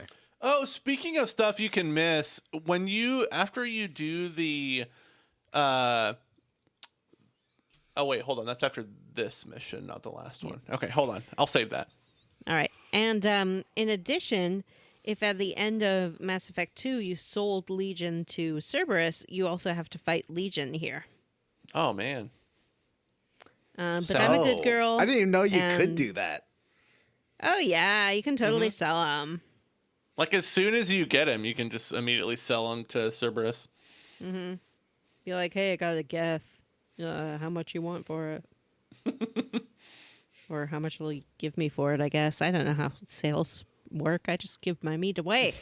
That's a How much can I callback pay my you to corned take this beef. robot? Yeah. How much will you pay me to take my corned beef away? So, I didn't do any of that. I just strolled right into the elusive man's office. Me too. And he's this not is there. the room that you saw like all of Mass Effect 2, where he's like Yeah. staring at that dying sun and he's got all those cool computer screens. I like this. I like finally getting into this room. I was mad that Yeah, the it was elusive cool. man wasn't here because I wanted to shoot him. Yep. He's not here. You can find his ashtray full of his gross cigarette butts. And you do get to talk to him, though, because he phones in on the holo phone. And he's like, hey, Shepard, Ring, it's ring, me. ring, ring, ring, ring. Yeah. It's the hollow phone. Do, do, do, do, do, do. Sorry. He's like, hey, Shepard, what's up? It's me. Remember my really good idea to control the Reapers? It's totally going to work. This is a great idea. Stop messing around and help me. And you basically just blow him off. You can blow him off with charm or with renegade points, or you can just tell him to go fuck himself. His whole deal is that he thinks the only way they will survive, humanity will survive specifically, is if they find a way to exert control over the Reapers. So what he's done, and it's most evident right here, is that he's incorporated a bunch of Reaper technology into his body because he thinks that doing I don't so, think it's based on evident their here. I think research, it's evident when we find him later. I think here he's still just a hologram, and we don't really. I think he's got like weird eyes and stuff He's here, always right? had weird He's eyes. always, doesn't He's he looking always weird. had, yeah, he always had weird eyes, I think. It's later that you well, see that yeah. half of his fucking body is now weird tech. At this point, Oh, it's just yeah. the standard. Well, right now he's telling you about it. I thought that this was the sharpest they'd ever made the elusive man look in this game. Like, he looked like he Yeah. had way more polygons than the rest. I don't know how else to describe it. I'm sure that's wrong. But it looks like really tight. I was like, wow, the elusive man is popping off the screen. That's I what mean, we when you pretend get to Martin do. Sheen, eyes. you gotta show Martin Sheen's 3D model some love. Fucking goddamn award-winning actor Martin Sheen delivering these garbage lines. Shepard. It was tough to. I found this Elusive Man stuff at the end of this kind of tough to deal with, just because it was like. I mean, I know we made this comparison last week, but it was very much like, oh, this is your Fox News addicted grandfather. Like, I know I'm right. Let's tear down everything for the fucking garbage I believe now. Although, like, his views get weirdly validated at the end of the game. Yeah, I didn't like that. In Well, a line sort of of. of dialogue that actually says, "So the Elusive Man was right." But not completely. They also, at that in a point, He did wasn't- point out that he was also indoctrinated, so he could never Yeah, have done. they were. Yeah. Yeah. We'll talk about But that. also, it doesn't. Yeah, It's only validated if you choose that ending, I think. That's So- true. We're like dancing around the point where this gets awesome, where Darth Maul comes back with a spider body this time. It's the coolest fight in all of space. Somebody, It's finally time somebody in the- to take on Kai Lang. somebody in the Discord pointed out that we keep calling him Matrix Boy, but really he looks like a Deus Ex character. He does. Yeah, he looks exactly like Nightwing. a Deus Ex character. He doesn't look fucking Yeah. anything like Nightwing. You take that back, sir. How The dare you? The Nightwing in the Arkham games, he does. Yeah, with the like He weird does. long He doesn't hair and have a stuff. juicy Yeah. fucking dumper in any way, shape, or form, and that is Nightwing's That's true. superpower. Maybe you're right. I did not look at Kai Lang's tutor, but maybe it's better than you remember. The only person I remember having a good tutor in this game was Jacob. He's gone. Miranda's got Oh, that yeah, that's right. genetically perfect tutor. So everyone who works for Cerberus, really. So Kai Lang probably has a great tutor. Yeah, he's got that's like a prerequisite to work at Cerberus. Yeah, they implant it in you when you join. Kai Lang's super cool fight move is to like rip the floor up. He like But not- punches the floor in like video game cool guy fashion, very dramatic way, and it like blows up the floor, and then at the same time Cerberus soldiers will rappel down from the ceiling and fight alongside him. Yeah, it blows up the floor, but the floor is like module. So all it does is like break some of the modules. It's like if you punched a drop Yeah. ceiling. And Yes, some of the exactly. And there's panels like came off. big old pipes under it and stuff. Yeah. I started to get nervous here because I was and- afraid that if I let him tear up too much of the floor, I'd get a game over. I don't He like think he'd so. just fall away. Yeah. I think Shepard eventually learned- the Cerberus guys will stop coming. Yeah. Shepard learned their lesson when they fell through that fish tank. It's not going to happen again. So funny. So funny when that happens. It was hilarious. So this Kai Lang fight, I don't really have anything to say about it. It's not really special. You just shoot him until he's dead. Yeah, there's no like gimmick to it. It's just, yeah, like Vanessa, shoot him until he got a lot of shields, which I don't know. Okay, It was anticlimactic for me because I know that he gets cutscene killed, so I guess you just take his health down far enough, but like, I shot him. Yeah. I don't think I even really realized that I had hit him for the last time, so it just kind of was like, okay, fight's over. Yeah. but then you get a the- cool renegade or whatever prompt. Tarragon. Yeah, Paragon, you're sort yeah, of that's like it. tossling with Kai Lang. Kai Lang has a katana because, of course, he does. And you break it. Shepard just like snaps that katana in two. She's over it. And then you get a renegade prompt. I'm sure that some of you took it. Do you want to tell us what happens? I if you did. You're use like the sitting renegade at prompt. you're sitting at the Elusive Man's computer doing all the tippity typing Oh on yeah, the Kai Lang's keyboard. like passed out on the and floor. then and then Kai Lang like gets up. He uses his like katana to prop himself up. He comes up behind you like he's going to stab you. And if you hit the prompt in one fell swoop, Shep, the Omni Blade pops out. Shepard turns around and sticks him right under his ribs. It was so cool. Super cool. And it's like in slow-mo as that happens. Super cool. Mm-hmm. I didn't take the prompt because I'm a good shepherd, and Shepard just dodges it and then stabs Kai Lang afterwards. But at He least stabs Kai him Lang- anyway.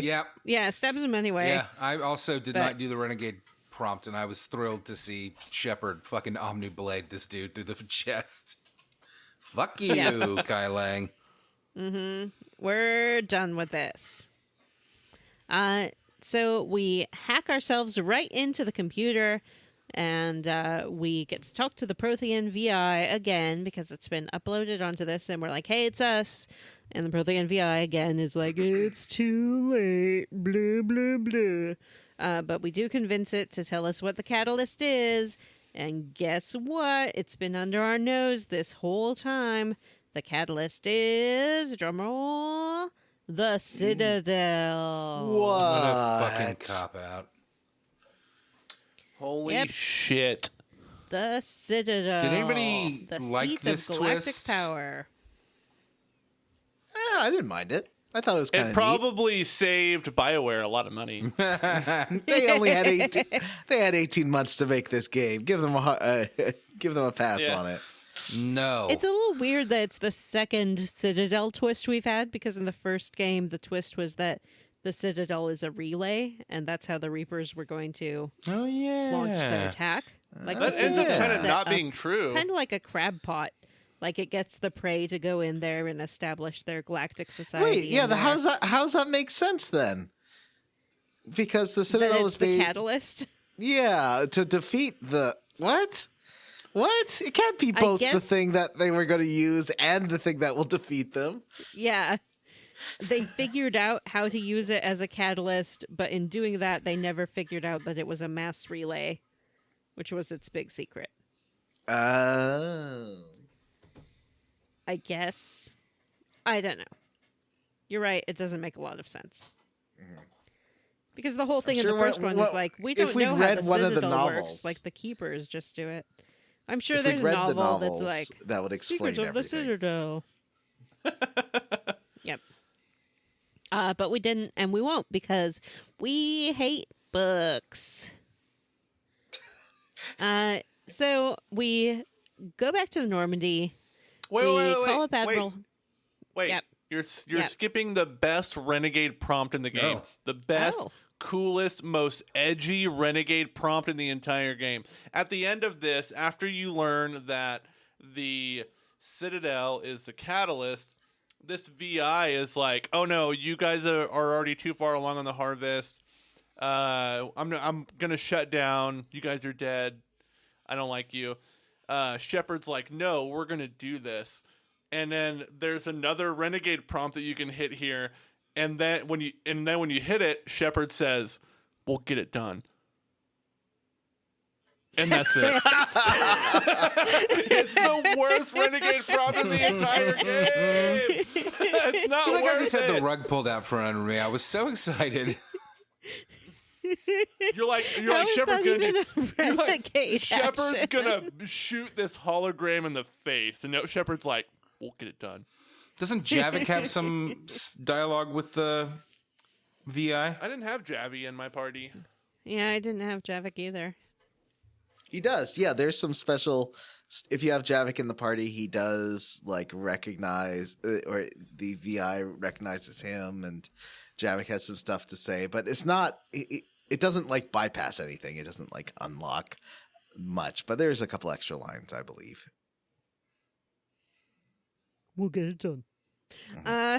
So back on the Normandy, we call up our old friend Admiral Anderson, and we're like, "Hey, turns out the Citadel's the catalyst, so I guess I'll head on over to the Citadel." And he's like, "About Bad that. See, the news. thing is, the Citadel's here at Earth now. Like, I the feel like Reapers the brought game, it like here.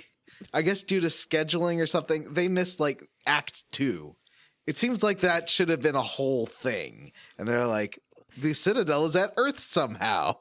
Yeah, they're just like, no, yeah, the Citadel, it's at Earth now. What Okay, happened to bye. everyone on it? Like, they don't say, is everyone dead on the Citadel now? Yeah, they've been reaped, I guess.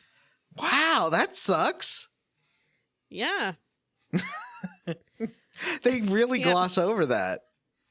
So all our efforts did- to save and- the Citadel earlier were for naught. And how, they never explain how, like, the elusive man with no army was able to just take it.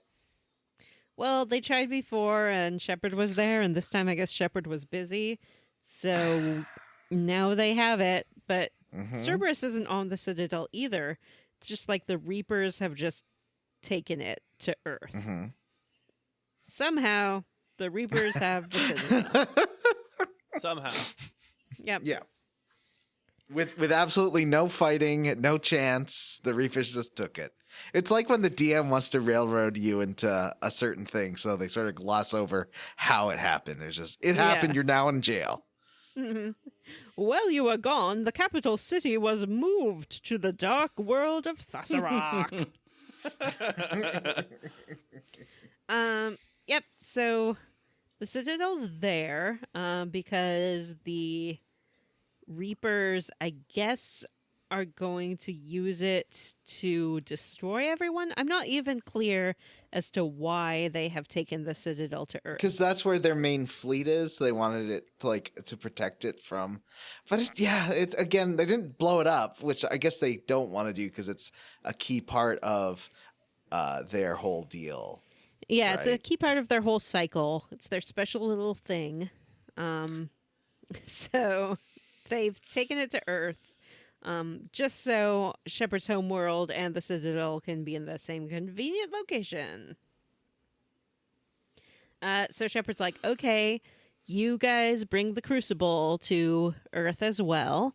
I'll come out there and we'll hook it on up. And Anderson's like, no, we can't just hook it up because it's closed. They closed the arms, and it has to be open to be used as the catalyst. We figured this out in like the 5 minutes since you told us it was the catalyst.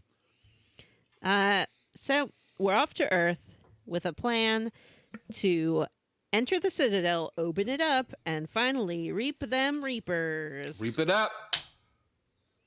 Reap boys. Reap it up. Reap girls. Yeah, that's what I was going to say. Reap it up. You know you got to. Reap it up. So it's back to local cluster, and this is where we get like the cutscene to end all cutscenes. All throughout this game, we've been gathering war assets, getting our troops together, and here comes the big payoff. It's a whole bunch of ships in one place. But not any of the cool ships that you think you would see. There's no Rachni ship. There's no Leviathan. There's no Leviathan. Yep, Exactly. the Leviathans aren't there. The Rachni aren't there.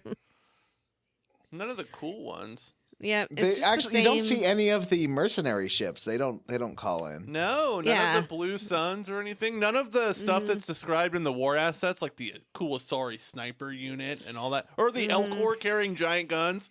None of that. Now, Yeah. I got to admit, big space battles tend to leave me pretty bored in movies and stuff. And so I this thought didn't this do much was for me. bad too. Like it was like some like Revolutionary War, like soldiers lining up in rows shit. Like it did not look good. Like there were some decent spots of like ships like zooming around blasting each other. Don't get me wrong, it wasn't terrible, but it just felt real wooden and unthought out. Just let's just do a space battle, I guess. Well, we'll point them at each other. I mean, I don't know if you all know this, but Yeah. space is kind of 360 degrees. So taking your whole fucking army and lining them up in a row seems like a particularly bad fucking idea. Yeah, I completely agree with that. space battles almost always take place on like one plane of action in films, and I guess that's so we can understand them a little bit better. But instead of like going forward from one direction, it really should be like everyone's going down towards the target. Okay. You know, from all directions. The enemy space is down, is what you're saying? Yeah, It's an Ender's Game quote. But That was not really. But he was right. Yeah, I mean, he was right. But Only it about just, that. yes, to only be clear. about that. It just looked very silly. Like it just did not look like a military engagement. It looked like a bunch of toy soldiers lined up, and also they're running these lines like 6 ships deep. Like maybe you spread them out. You've got literally space. You don't have to be in a Infinite row. space. It was very silly. They could have surrounded the Reapers. Like They could have. Yes, they could have. And instead they lined up in a row and got fucking wrecked. Yeah, and I'm not asking for a whole bunch, but it would have been great if, like, you do a little Star Wars style squadron check-in with everyone who you've recruited. and you So, do like- have a little bit of like the Quarian fleet checking in, and Yeah, Quarians checking in. Mhm. Blue leader standing by, but I want to see everyone. I especially wanted to see those Rachni. I believe that, like I the know. Leviathan, the Rachni can fly in space unencumbered, and I just want to see it. I want to see And it. I Like wanted there's to like a see the, Arachnite queen out there They swimming mentioned through at one space. point that Leviathan was out there, but I don't remember fucking seeing Leviathan out there. No. No. No, they mention it, but they don't ever like render it in game. Well, that would have taken money. Okay, like we cannot continue to And? give them a pass because they had a short fucking turnaround time. Like, okay, they shouldn't have had a short turnaround time. It still is Yeah. criticizable. You know what took money? Them when we bought this game. They took the money from us. I wonder if they thought that the next gen consoles were coming out in 2012, like they were originally going to, until the financial collapse and all that. Do you think anyone is ever just like, 2012? yeah, we know the next gen console's coming eventually. Well, But- in 2008, like that's what delayed the consoles coming out. Was like recovering from the 2008 financial I see. collapse. Yeah. Do you think anyone's ever like, yeah, we know consoles, like next gen's coming out eventually, but what if we just wait till like 2050 when they finally like finish? Like eventually we're going to finish making new consoles, right? Because we'll just have the best one. And then we can it make a feels game like for we're that. it feels like we're close to it now. You know I what mean, I I mean? agree with you. Yeah. Like we definitely with the PlayStation 5 and the Series X, we've hit a point where like there's not a huge discernible difference. Like it looks better, the lighting is better, but like it's not like the jump used to be. It's not like the PlayStation to the PlayStation 2 where you were like, "Holy shit." Well, it feels like we're at the point where people aren't asking for more realistic graphics. They're asking for like better gameplay experiences or Yeah. different gameplay Did experiences. you know the Nintendo and Switch is so, the longest lasting Nintendo console at this point before a new console was released? yeah. Mm-hmm. It's crazy. And it's still really popular I mean- and people want to buy it. I think when the Switch was first coming out and people were real on the fence about it, I was like, this is brilliant. Like they can roll in their handheld market with their console market, and it has worked out. It's also their best selling console ever. They've done that very selectively, what? though. John's A little bit in a too much of a stingy way. Well, I'm guessing that he had to go do some work. He did. He had a hard out at 8. So Oh, Yeah. is it 8 his time? And it is past It's that 11 time. o'clock. 8 his time. I don't math good. I can never figure out what time it is in John Land. Yeah. Yeah, so unfortunately we don't get a whole bunch of what we'd like to see, but we do get a long cutscene before Shepard is approaching the forward base, but a Reaper cannon named Hades takes out the shuttle. Is that This is one of the more hilarious shipmate send-offs in this franchise's Cortez history. dies off 'Cause it's fucking just like, screen? What a bummer. I know Yeah, he's new you to see this game, but he was the- my favorite new character in the game. I really liked Cortez. He was a good character. He gets screwed They give here. him a really shitty little send off. Yeah, he gets shot midair. His thing crashes, and it's like, okay. You don't even get like a Cortez cut to died. him going down. He doesn't get a final line. Nothing. He just poof. I think his thought final it was line is, "I've been okay. hit." Yeah. No, they say that he dies. Don't they? Really? I also thought they said he died, but you know me, I'm not.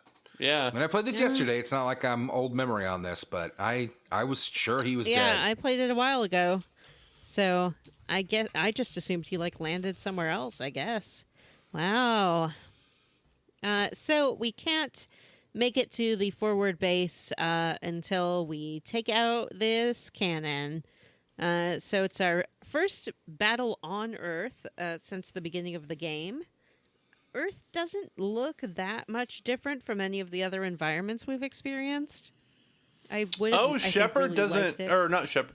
Cortez actually doesn't have to die here. Oh, what happened? What's the difference? You can contact a Romance Cortez via hologram after his shuttle crash. Glad he is unhurt, Shepard tells Cortez seeing the shuttle explode was a feeling I never want to have again. Cortez admits it wasn't one of his finer moments as a shuttle pilot. He tells the commander with him around, the impossible doesn't seem that tough. And he will be waiting for him after the war. So he only survives if you've romanced him? That's what it seems like, yeah. Huh. Interesting. That's too bad he wasn't a beefy boy, or Johnny probably would have. You know, Johnny Cortez tried, put he some muscle just, mass on, and he maybe blew it. Johnny would have kept you alive. Johnny did his best, remember, but he kind of blew it with Cortez when he was like, "Why don't you just get over the death of your husband?" I mean, that's very Johnny IRL. That's true. Johnny's a pragmatic guy. So we battle our way through the streets of Earth. There's lots of cannibals, lots of warped things. It's dark. It's not a super interesting environment. I would have really liked to see a cityscape that had maybe like 20th century buildings on the street level with a built up future buildings on top. You know? Something to make it feel a little bit Yeah. more earthy. It does just That- look like that's not what any we're other working with. rundown city you've been in. It looks, in fact, you run into Yeah. Admiral Victus. What was his name? The Garrus Race Turian guy. And he's like, whoa, Earth looks the same Primarch? as... Yeah, or he's like, Earth looks the same as our planet. And I was like, yeah, it actually looks the Yeah. exact same. It does. So to take out the cannon, we have to get to the roof of this building. We pick up a special cannon, I guess, a hand cannon, a laser cannon, something like this. And we have to shoot the Hades cannon. Eventually, it will come tumbling down. And at this point, we are swarmed by enemies. We have to survive for a little bit, and then I died shuttle a couple comes times and here. picks us up. Oh, you did? Like waiting for the shuttle because I didn't know where to stand. Like the enemies Yeah. come from every side except for one. If you're standing in any other place, then they'll overrun you. So Yeah. eventually, I found the right place. This is where I we may meet have cool. Died here once cool- or twice too. I can't remember. This is where we meet cool British captain guy, or major guy, or whatever. Cool British major guy who lives at the forward operating base. He's in the shuttle. Oh, is he? Yeah, this is where Anderson introduces you to him. I think. Oh, that's right. He's like, what Is up? this guy new? Check out my friend British Because I thought guy. he was new. Yeah. Like, what up? I'm the shepherd of Earth. Yeah. I was very much Mm-hmm. like, great time to introduce a new character for me to not give a shit about. That's what I was thinking. I was like, am I supposed to be paying attention to this Major guy? Coates, Like, I is he going to think. be in a sequel or something? Yeah. Like, was he in a book? Don't you That was think my that he's- assumption, is that he was in a book or He something. must have Oh, been. maybe he was Or a in. comic Yeah. or something like that. Yeah. Like one of these tie-in properties. He probably had a long like story like Major Coates versus Kai Lang. That's so- honestly, that is probably exactly what it was. Yep. It's just this random fucking dude all of a sudden is eating up lines. Yeah. And I was like, maybe they ran out of budget to pay the good voice actors, like the guy that plays Anderson. And so they were like, yeah, sure. Let's get cheapo voice actor to be Major Coates. It would be kind of fun to make a parody movie where you keep introducing new characters and having like dramatic music swells and long cameras hold on them as if it's like a returning character from an old franchise, you know? Like That's like the movie The Room. is it? Where you have like these weird lingering shots with dramatic music on random people, and people walk into scenes and make the wildest declarations and then leave the scene. It's very weird. I've never actually watched The Same. Room. That's a fun Oh, fact it's Nor about have me. I good. ever You guys watched should check any it of out. the other guys' movies. The Fatal... Neil Breen Tommy movies? was- No, Wiseau? Neil Breen. Neil I Breen watched did not make The Fateful Room. Findings. Tommy Wiseau made The Room. Thank you. I've also seen Yeah, Fateful buddy, Findings. that's why I That said the movie other guys' sucks. movies. I said I haven't seen The Room, and I've Yeah. never No, I watched thought the you other meant guys' the movies. guy. I thought you meant the guy's other movies. No, the other guy's movies. Oh, Neil Breen just had a movie come out very Couldn't recently. care Did you less. see it? I can't imagine why people want to watch No, it. but the trailer is one of the worst things I've ever seen in my life. Of course it is. That's his thing. That's his that's his MO. Forward Base is really just a chance for us to say our long goodbyes to all our bestest friends. So everyone you've encountered throughout the games are here. And if they're not here, you can call them on the telephone. So you can call Jacob, Miranda, Grunt, Jack, Saeed, Cortez, Samara, and Kasumi on the telephone. Or you can just talk to everyone who's there, which is James, Primarch Victus, who's that Turian, Garrus, Liara is here, Javik, the Krogan leader, so either Rex or Reeve is here. And this is when Rex talked to me about how Eve, the Lady Krogan, was super preggers, and they're going to have all these babies. And Tolly is here, and Edie is here with Anderson in the final room. Did you all talk to every single person? Say your goodbyes? Yeah. I'm pretty sure I did. There's also some really interesting, like most of the stuff that I found on these PDAs that you pick up are, I don't know, kind of hit or miss, whether it's actually interesting or not. There's some really interesting ones here. There's one that you can pick up by the trucks outside that basically says that the Reapers are targeting the trucks. Anyone, but they need the trucks to be a decoy for the mission that's coming up, and anyone who volunteers to drive the trucks, like, they're basically going to die. So in the PDA thing, it says, you know, it's obviously volunteers only. God be with you. It's a really interesting little PDA snippet. I never read those. I always click on them and then just turn them off. There's a lot of nihilism going on here, you know? I think people realize it's pretty bad, but they seem willing to do what needs to be done. In Anderson's command room, he's like, yeah, so this laser beam that the Reapers are using to get up to the Citadel, they are just like shoveling people into it. So they're taking live people, they're taking dead people, they're just shoveling them all up this beam. So if we can get you to the beam, then you can go up to the Citadel.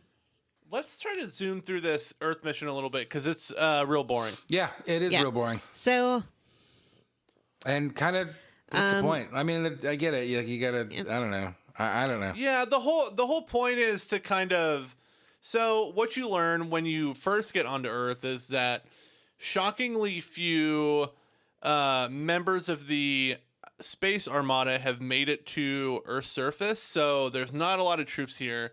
But your goal, more than anything, is to make it to that last mile area where you can make your final push into the beam to make it to the Citadel. And on the way, you have to kill a bunch of banshees. You have to shoot some missiles at some Reaper. Yeah, you have to escort these missiles and then keep them what are they safe in called? like a timed enemy wave. And then shoot the missiles at the Reaper.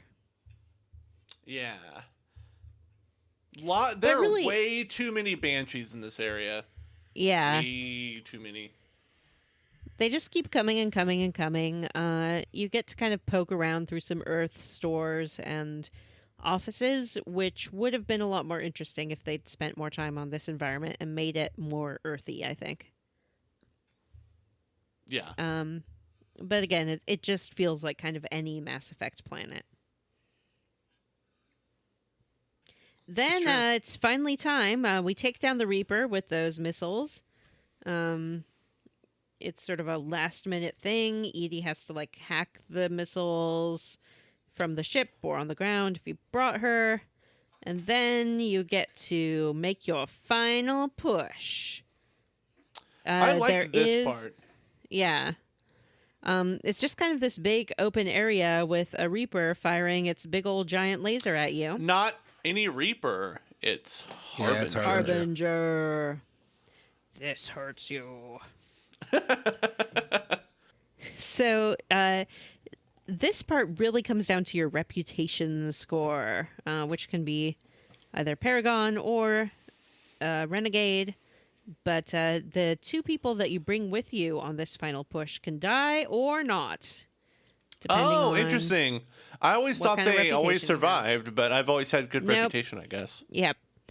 If you have poor reputation, they're just vaporized with one hit. Oh, wow. If your reputation is okay, they survive. And one of them, though, is kind of grievously injured, and the Normandy swoops in to pick him up. I had Javik with me, and he really had a problem with this. He's like, this is where I'm supposed to be. This is my only purpose, is to defeat the Reapers. You can't send me away. I don't even want to survive. Shepard, don't do this. And Shepard's just like, bye. Who did you have with you? Well, I played this part twice. The first time I had Edie and I think it was Liara, or maybe it was Edie and Tally. And I got the big dramatic scene with Edie. She's like, I only have a mobile platform. I can sacrifice it. I can still go. And Shepard's like, no, you get back to Joker. And then the second time I think Edie has a really good point there, though. Like, yeah, she's like, I could just Edie's have any still other body. on the ship. Yeah, she Yeah. can get another body. And then the Shepard's second like, time, no, his favorite inflatable. yeah, doll. no, yeah, he's already put his penis in it. He's already It's fine. put his penis. I had in it. Liara and Javik, and Liara got hurt. You know, it's interesting. Javik, I don't remember, like, he didn't freak out. Well, not every character can be hurt and have a dramatic scene with. It's only a handful of them. I mean, it seemed like it was. I mean, I brought Liara, so I just kind of assumed that I got this because she was my girl. Yeah, But it's the same thing. You I think get if her you on the have your ship and you're romance like, person, see ya. And then it makes you walk as Yep. slowly as possible to the thing, which is awful. Fuck you, game. Shepard's injured. Shepard walks very slowly towards the beam. There's a Marine nearby who's like, help me, and then dies. And then, like, one mutant comes out, and you shoot it in the head with your pistol. But finally, Shepard stumbles into the beam and rides that tractor beam all the way up to the Citadel.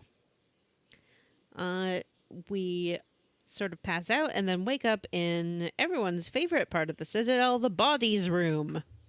Hey, it's like. It's just a pile. Was this the inspiration for that first Tomb Raider reboot? Yeah, it seems like it. Because it is just a pile of horrible bodies. If you have the extended version, which we all played, this is something that was added.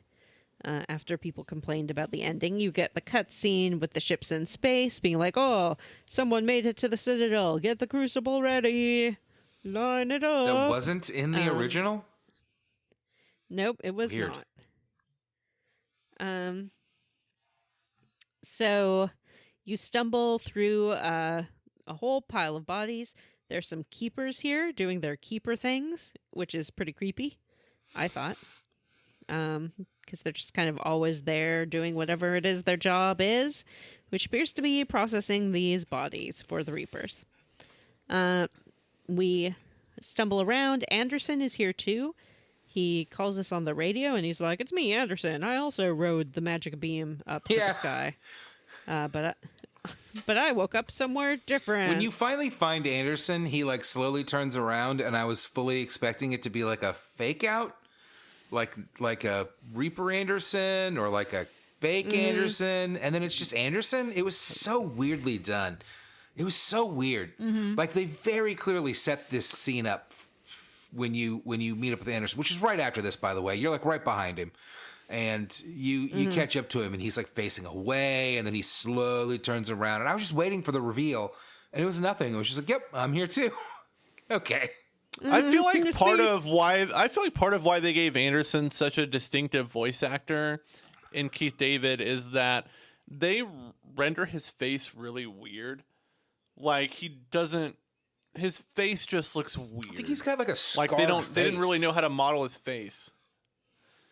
Yeah, it's just he got to like it's just a strange. He's just a strange looking character. Yeah. But Anderson's not alone here. He is with your old favorite pal, the Elusive Well, Man. I mean, he's alone, and then the Elusive Man shows up. Yeah. Well, he the shows up Elusive- when he shoots Anderson. He shoots him. Yeah. He's just like, "What's up? Pew pew." And he sort of is like threatening you and Anderson with his gun, so you can't do very much about it. He You're being- looks freaking You're janky. being controlled because Shepard is pointing her gun at Anderson the whole time and shoots Anderson at one point. Right, that's right. The Elusive Man starts to like indoctrinate you, or the Reapers have, or something. He's using the Elusive Man is using his, pirated Reaper tech to control you, but the whole time you're going Well, like yes. you're under their control, dipshit. And he's Well, like, yeah, "No, I'm not." he's like, "You're controlling me, but you're controlled by the Reapers." Basically, No, I'm not. And like, they go to there's a lot of time spent in this game if you listen for it. Like, a lot of characters will say quantum entanglement communications, which they posit is how the Reapers are able to indoctrinate people. And they say that the Rachni do it, the Reapers do it, Leviathan does it, and then now it's like, after all his research, the Elusive Man figured it out, and now he can quantum entangle all our brains. And he's like, "This is super cool for humanity. I'm just gonna like control everyone and be super Robo King." You can see my good face is covered up with lots of Robo gunk. Yeah, he now. looks like one of them husks. I mean, it's like He looks his like a neck husk. and Yeah. chin and like chest are all. He's a husk now. He's still kind of got his face, and he's got them baby blue Robo eyes. It's like, "I'm a husk, but I'm like a really smart, good one, and I'm definitely not indoctrinated." The way this scene comes down to some very weird, very fiddly things. If you have consistently charmed or intimidated him in the 3 previous conversations you've had with the Elusive Man, and you have a 100% full reputation bar, you can charm or intimidate him in this conversation. But if you don't, you I cannot. did not. Yeah, So this was the one time in this game where I got locked out of my Paragon Yeah. choice. Yeah, me too. Very I was able They to- put it right at the end of the game. That's so fucking frustrating. I was able to pick like the first 2 prompts I got to choose a Paragon choice, but then the last one, it would not let me choose a Paragon or a Renegade choice, and I was very annoyed by that. I assumed it was because I did not have 100% reputation. Yeah, I was in the same place. I guess I didn't do the conversations with him. Or when I imported, I had like 5% Renegade instead of Paragon. I don't know if you have to be like a pure Paragon or a pure Renegade to be able to do it. I wish I could have. Because if you do, then if you charm him with your Paragon powers, he'll kill himself. And if you Renegade him, he'll kind of rush at you, and then you can shoot him. But what we got, the elusive man pushes Anderson to the ground, to his knees, and he is going to execute him. You have 2 prompts here, actually.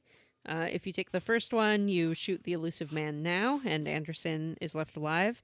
If you don't, he will just shoot Anderson, and then he will turn his gun on you and shoot you if you don't take the second prompt. Is the second prompt a renegade prompt as well, or is that a paragon prompt?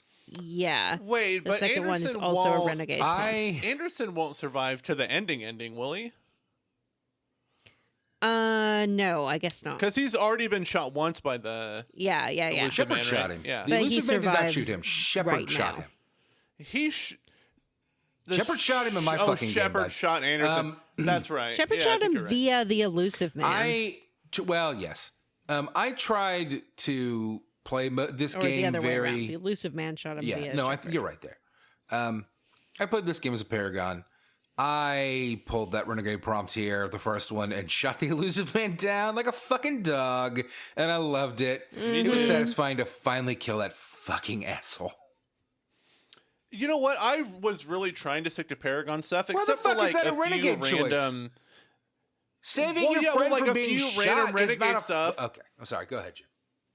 It was no like throughout this whole game, I tried to do mostly Paragon, picked some colorful renegade stuff here Yeah. and there, but the fact that it locked me out of the one really important Paragon choice at the end of the game, I was like, fuck this. So I went full Renegade from here on out for one of my playthroughs. I was like, there's really no downside to me doing Renegade now. Yeah, it was really frustrating, especially because this was my import from Mass Effect 1 and 2. So it's like 3 games worth of essentially perfect paragoning, and I'm locked out of it. And I you know were not locked out of why. it too? Oh my god. Yeah. I guess because I didn't use the right prompts and conversations with him Well, before. I'm glad I was locked No, out I don't know. because Silly. fuck the elusive man, and it was great to finally shoot that piece of shit. Like, it's some real like, if you kill them, you're no better than them. But on the other hand, I've killed 100 of your minions. Like, shut up. So stupid. Just kill this piece of shit. He's an indoctrinated moron. You know, he was already a fucking piece of shit, and then he got indoctrinated. He is not worth saving. I would have liked Martin him to stay alive just to see how wrong he was when Shepard saves the whole galaxy. But he probably wouldn't have admitted he was wrong, you know? Yeah. I mean, the game tells you he was right. It's like if- so Not fascists exactly. are but we'll get correct, to that. according to Mass Effect. So, Shepard opens up the arms. The Crucible parks itself into the Citadel in a beautiful act of lovemaking. And now it's finally time to destroy the Reapers, what we've been trying to do this whole trilogy. Well, maybe. Or is it? You know what? I can't wait to find out what a perfect like synthesis of our choices this ending is going to reflect. We all chose the It's same gonna be thing. I think it will be so beautiful. We all Great. chose the same thing.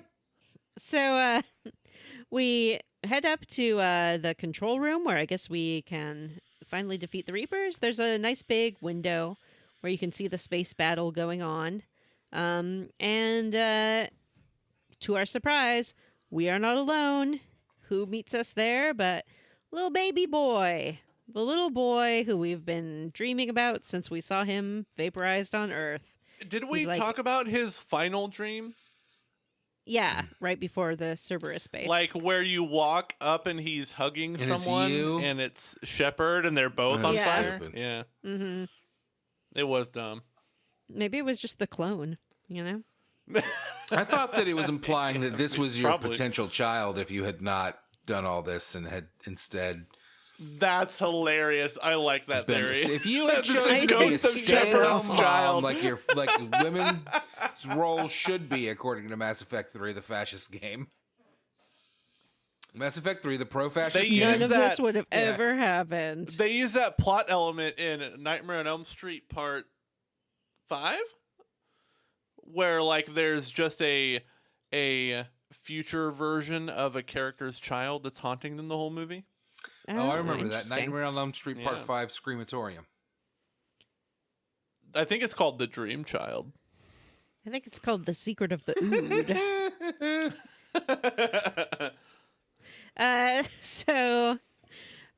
There's a little boy there. Little boy is there, and little boy is like, "Hey, Shepard." No, wait, that's my Miranda voice. I have to have a different voice for little boy. Little boy is like, "Hi, I'm the Catalyst.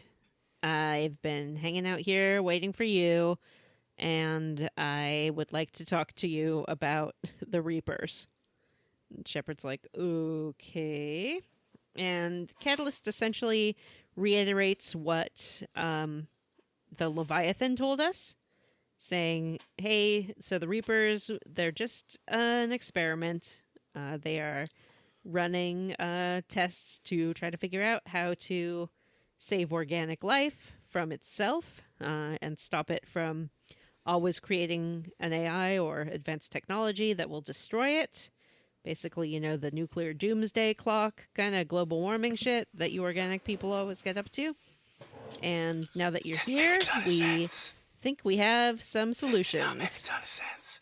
So, just so that we're on the same page, the reason the Reapers exist, which was too complicated for us to understand earlier in this game, is that eventually organic life will create synthetic life, and then synthetic life and organic life will go to war, and that will cause chaos. And so the Reapers exist to stop that chaos by culling these advanced species and leaving the non-advanced species that have not created synthetic life behind. Yep. Correct. All of organic life is already chaos, with species and peoples on their own planets going to war with each other all the time. So what's the fucking difference? Well, the Leviathan who created the Reapers value organic life over synthetic life. So they're like, we need to stop synthetics from taking over. And they also think that the synthetics are chaos because the synthetics are not indoctrinatable by them. Remember, the Leviathan's whole thing was we just go around indoctrinating all the lesser species. But synthetics are immune to that, so they didn't like that. Indoctrinate the Geth, so that's not true. The Reapers can indoctrinate the Geth, but the Leviathan cannot. Correct. It just doesn't really add up. Like, It so is the chaos kinda, it when you seems don't silly when you introduce say it out loud. synthetics is okay, but once you introduce synthetics, now this chaos is not okay. And so we have to murder Because it trillions. always leads to like an Armageddon state, basically. Is what they're saying. That's like behind their whole methodology is that like anytime an AI is born, like an autonomous self-aware AI, it's always going to lead to the obliteration of organic life. So what they do is they intervene, cull the sentient organic life and make it a Reaper, and then let the next round of galactic life spring forward until they eventually create another AI. And they've narrowed that down to like a 50,000 year time span, I guess.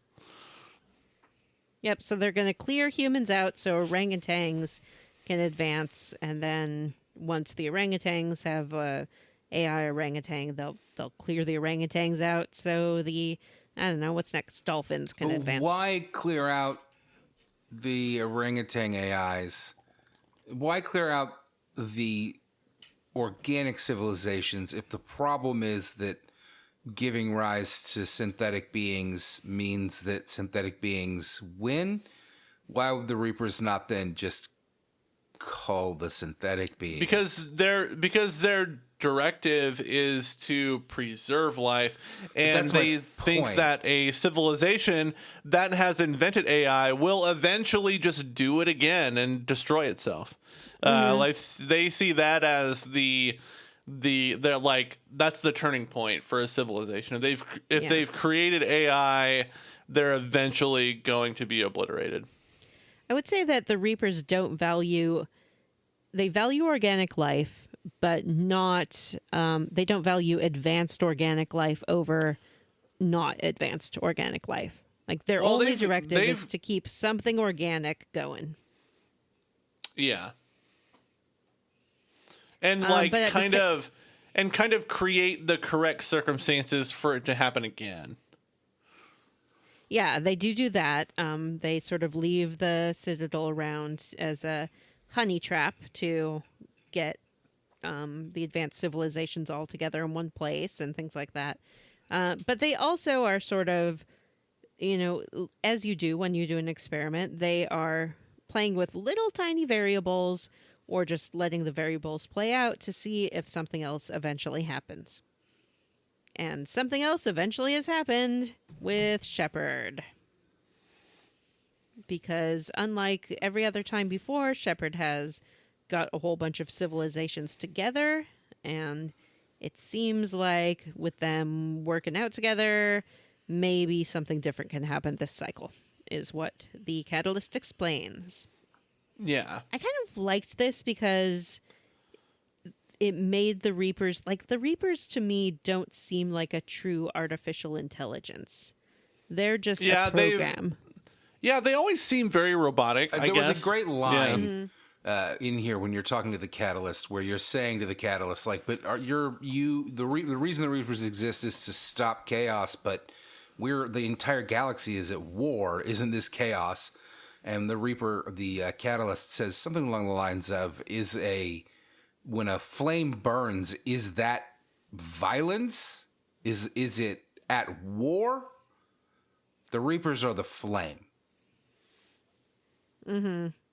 Interesting. Yeah, it's more like a controlled burn of a forest than they don't see themselves as violent because again, like they're not valuing individuals in any particular way. Their only directive is to keep organic life going, be that a human or a amoeba. And if it looks like the humans are going to wipe out the amoebas, then they'll get rid of the humans. I mean, it's not like brilliant. I don't think the Leviathan were right in doing this, but also like it really made me feel like the Reapers don't have any like personal investment in this at all. Like the Reapers are basically an Alexa. That's kind of why I thought the Leviathan DLC and all its lore was unnecessary. Is it kind of just made the Reapers, it shifted them from this like kind of all-powerful antagonist that had secret reasons for doing stuff into like just another malfunctioning AI, which is like something you've got in every game in this series. So like like before the Leviathan, they had this like mystery, like there was a greater cosmic significance to having the Reapers around, and then and then it turned them into like, oh no, we're just like a fucked up Roomba. Kind of. Yeah. It was just like the classic computer programming error of like defend people no matter what. They basically became like a version of Skynet. Yep.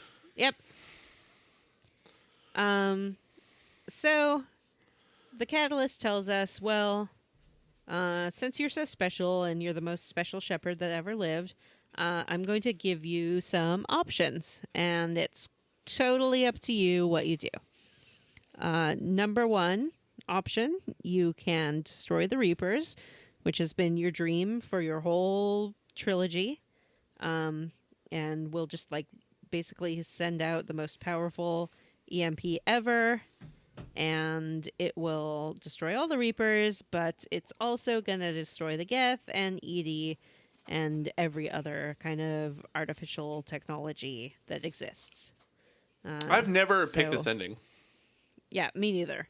It seems like it's totally opposite to everything my shepherd has done in this game. Up until And it this seems point. like such a half measure compared to like everything that you learned about like why the Reapers do what they do. Right. And And also, like, it's if you seemed like value synthetics at all, you know, as well, yeah, like sentient you've grown to beings, love then you- Legion and Edie, and yeah. And if like your whole thing was curing the Krogan genocide, it's like then you're going to just genocide the Geth. yeah, No, thank you. Option number 2, you can live the elusive man's dream and control the Reapers. And I've never this is picked when, this ending. I've done this ending before. This is when Shepard is like, "Oh, so the elusive man was right," and it's sort of like I mean, that's not cops the out. It's ending like, because it says this to no. you when he explains your options to you. Yeah, that's a line of dialogue in the explanation is the elusive. Yeah. Because like he says the only way to coexist with the Reapers is to control them, I think is the deal. Just based on like what their programming is. And so you get that Right, line of basically dialogue you where can it's like change the their elusive man was right. programming. Yes, exactly. Yeah, you basically like you're inserting your personality as a part of their AI. So you're using yourself to supplement their AI and their programming. Yeah, just like Legion did with the Geth, if you went that route. Exactly. Yeah. And the thing says, no, the elusive man, like he was kind of right, but he couldn't have done it because he was already indoctrinated.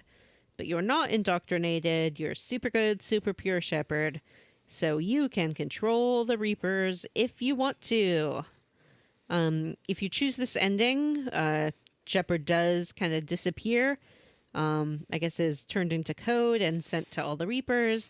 And the Reapers become everybody's super best helper ships. And they just spend their lives helping out. And then the third ending is only available if you have 3100 EMS or more, EMS?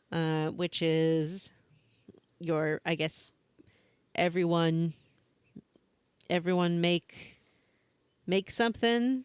It's your warp points, basically. It's your war points. Oh.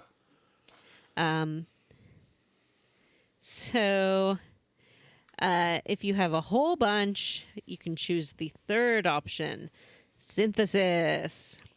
Yeah, this is a good ending, right? This is the one that I think is the good. I think it really depends on your own morals and ideas, because a lot of I people think don't that the like story that. option is the best ending. I think there should be like a shitty violent ending and a good peaceful ending. I don't like these endings are a little too gray for me, I think. Well, people tend to like the destroy ending because if you do that and you have high points and high reputation, you get a little Easter egg at the end where you see Shepard's body lying on Earth and then the chest like rises and falls like breathing. So they say, well, obviously that's the good ending because it's the only one where Shepard Why does survives. the main character I would say that surviving depends on your- mean good ending? That doesn't make sense. Exactly. That's what I Yeah. would say to that. And also I think it depends on your definition of survival.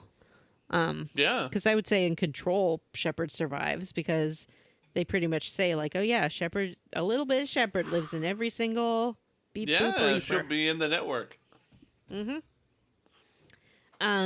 So synthesis is your secret unlockable ending, and in that case, Shepard will make it so all synthetic life has a little bit of organic in it, and all organic has a little bit of synthetic in it. Basically, what's his name in the first game was trying to do. You know, that indoctrinated Turian. Saren. Saren, yeah. Saren's whole thing of like, oh, I've been perfected by technology. But the way the Catalyst explains it is the reason there's all this tension between biotic life and synthetic life is that biotic life is always afraid of synthetic life, and synthetic life can never understand biological life. I guess is a better word than biotic life. I don't know why I'm doing that word. But so by making them all samey, you'll kind of have the best of both worlds. Everyone will understand each other. Everyone will be a little bit in the network, but also still organic. And that's the ending I chose because I'm not super attached to like flesh. Give me a little bit of that cybertech. All right. I Like, felt the why same not? way. It felt like the best balance of like what the Reapers were warning you about and also like what everyone was scared of. I mean, what it means is so- that everybody gets a little bit of green circuitry on their face, and that's it. Yep. Well, Yeah, and but, then like, it shows that's like fine. leaves and things like that have a little bit of circuitry too. Like there's a little bit of circuitry in everything. I don't know how that makes any sort of sense. It doesn't make No, any it sense does at all. not. But I mean, it's space magic for sure. But I do think it's the best ending because yeah. you get to save artificial life. You get a cutscene where it cuts to Earth where like the husks are fighting humans and this green wave sweeps over them and the humans look a little bit circuity and Yeah. they just like stand up and look at the husks and the husks look at them and kiss they're 'em. just like, oh, They kiss him. They kiss. Yeah. They basically kiss. kiss. They're just like, huh. Kissing him. Yeah. I see now that our fighting was stupid and let's not do that anymore. Why are we all so hot? It's time Why are we to all kiss. so hot? Yeah, how about we make love and not war? And then they're like,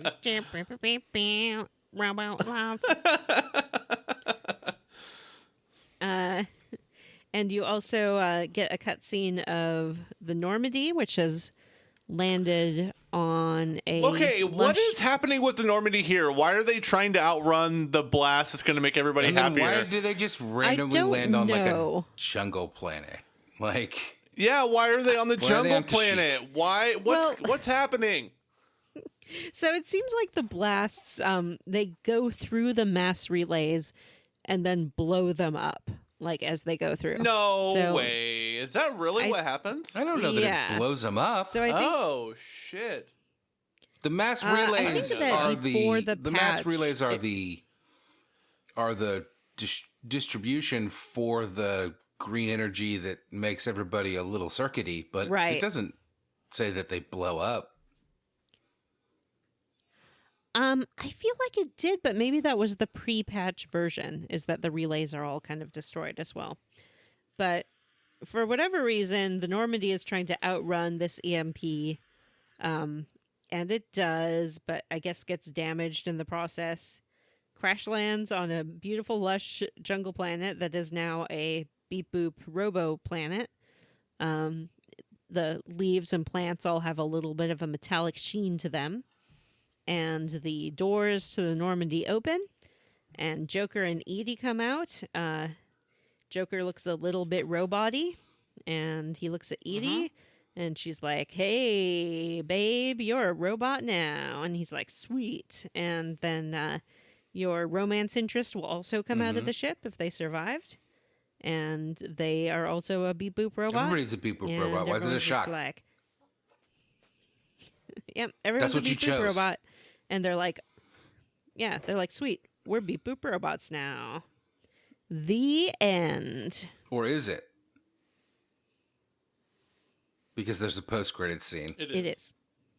Well, there's the post. Stargazer. Oh my god, Yeah. the Tell me Stargazer. another Oh my story god, of the kill me. shepherd. Yeah. So bad. It was so bad. So, yeah. So, I guess we all chose synthetic, huh? I did. Good for us. Good for us for sharing the same values. I think the only issue with control is that it's not really clear if that will last, you know? Which one is control? Whereas this seems like a lasting solution. Control is when Shepard Control's where you- controls the Reapers. Yeah. It's a bad ending. No, it's not the worst ending. So when I was first playing this, I was doing it on stream, and I was like, I'm going to do something cool. I'm going to try to shoot this little hologram boy in the head. And so I shot him, and he's like, so be it.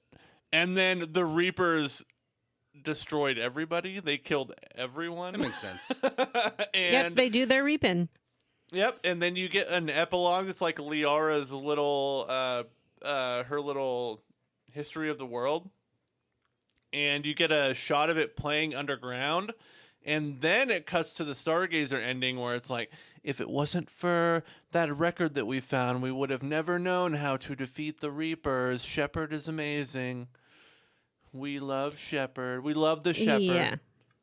Basically, it's not like the worst ending in the world. It just means that one more cycle went through before the world was saved. So, all the species we know and love and all the people we care about are gone, but the orangutan people found the record. And so it's fine. But regardless of what you choose, you do get this little Stargazer child ending. They're human if you choose the Control Destroyer Synthesis ending. And it's voiced by old spaceman himself, Buzzy Aldrin. Oh, really? That's funny. I thought the voice acting was awful. Well, he's Well, not Buzz a voice Aldrin's actor. pretty old. Yeah. And famously not a voice actor, famously a astronaut. So you get a little boy, and the little boy is like, Grandpa, tell me about the shepherd again. And Buzz Aldrin's like, well, son, if it wasn't for the shepherd, we would have been totally Honestly, wiped it's out. weird because my guess here is that this Stargazer has just told this kid the whole fucking story of Mass Effect. And then the kid's like, tell me another story of Shepard. And the Stargazer's like, okay, what other stories are there to tell? Also, Stargazer... Tell me again about how you had sex with your Exactly. navigator. Exactly. Exactly what I was about to say. So this is this grandfather telling his grandchild a story, and he definitely included how the shepherd banged an alien or another person, another human. And Shepard Oh. and Thane made out in the hospital waiting room while Kaden was in a coma in the next room. Thane's reptile penis was hotter than I expected. Oh boy. Yes, that's right. They liquefied the humans and the other aliens Right. and turned them into But don't baby worry, formula. because Trainer had her toothbrush. Okay, well that at least. I shot that Elcor in the kneecap. I stabbed that man in the back with a I wrench. just want to be clear that Stargazer is the one that was telling us the story of Blasto. Yeah. Yeah. Stargazer, And the Blasto. only person in the future that's ever looked up. Yeah. Yep. And then, Stargazer's like, so we have to always keep looking up. And when we look up, think about Shepard. and The how Shepherd, by the a way. little bit of Shepard. Not Shepherd. The Shepherd, which just made me Right. gag. The Shepherd. The Shepherd. Gag. The Shepherd Yeah. of men. It's pretty corny. It's Corntown. Think Cornball. about how there's a little shepherd in every single leaf, because when Shepard chose the synthesis ending, they were turned into a computer program that entered into everything. So really, we're all Shepard. This was terrible. Anyway, let me tell you about the Asari I consort. think I got Buzz Aldrin to do this. What an embarrassment. Listen, And he's on that's it. government pension. He needed the money. Yeah, he did. That's it, lads. That's is Mass Effect the 3. Mass Effect We did it. trilogy. I won. There are no other Mass Effect games. Or No, there's are not. there? Stay tuned to future BioWaries. Yeah. All right. Well, next time on Square Roots, we're going to be playing Baldur's Gate 1, and we're going to be playing to the end of the Nashkel Mines. Nashkel Mines? Whatever. Something like that. I said Nashkel. Doesn't matter. Vanessa, have you Cool. started Baldur's Gate? No. You'll be fine. You play it on Yeah. story mode, it'll be extra fine because you can't lose. That's what I'm doing it. Yeah, that's totally what I'm going to do. I'm not into that fiddle faddle Even widdle on easy waddle, mode, you know. I recommend saving constantly. You get in a fight and you win, save that fucking game. Even on Okey-dokey. story mode, I get bad damage rolls all the fucking time where it takes me a long time to Yeah. kill enemies. You know what's funny? I've noticed that like archers and people with slings do like hit easier than like I will have a party of definitely, people for surrounding a sure. monster just swinging away and missing like clowns. Same. But then the Yep. archer will take one shot and end the fight. It's always funny. Yeah. All right, yeah. So that'll be next time on Square Vanessa, Roots. what is the indoctrination Mm-hmm. theory? Thank you for asking. This actually ties into an email we received. Oh, We're a little short on time, so I'm not going to read the whole thing, but it is from Chad. Chad was disappointed that we didn't talk about Drunk Tally in the last Tally episode. turned out to be a monster. she does so I guess Tally was dead for you. no. oh, right. No, after she jumped off a fucking cliff because I refused to go along with her eradicate the slave race we created and then turned on. Fuck Tally. Fuck her whole species, frankly. Well, joke's on her because in my game, they now live in peace with the Geth because they're all beep boop robots / organics now. Got 'em. So, yeah, Tully does get hammered at Shepard's party if she is alive. She pours alcohol right into her induction port. And also wanted us to discuss the indoctrination fan theory. The indoctrination theory is something that really took off when this game came out, and its theory in a nutshell is that the end of Mass Effect 3 doesn't actually happen because Shepard has been indoctrinated. Where the game actually ends is up for debate. Some people think it's right before you enter the laser beam, tractor beam up to the Citadel. Some people think that it is when you pass out for a second time at the console after activating the Crucible. But their evidence for this is that the ending is weird. There's a little boy there that Shepard's been having dreams about. Why would that little boy be in Shepard's head if it wasn't part of indoctrination? Oh. Also, you can't use the Renegade and Paragon prompts on the Elusive Man.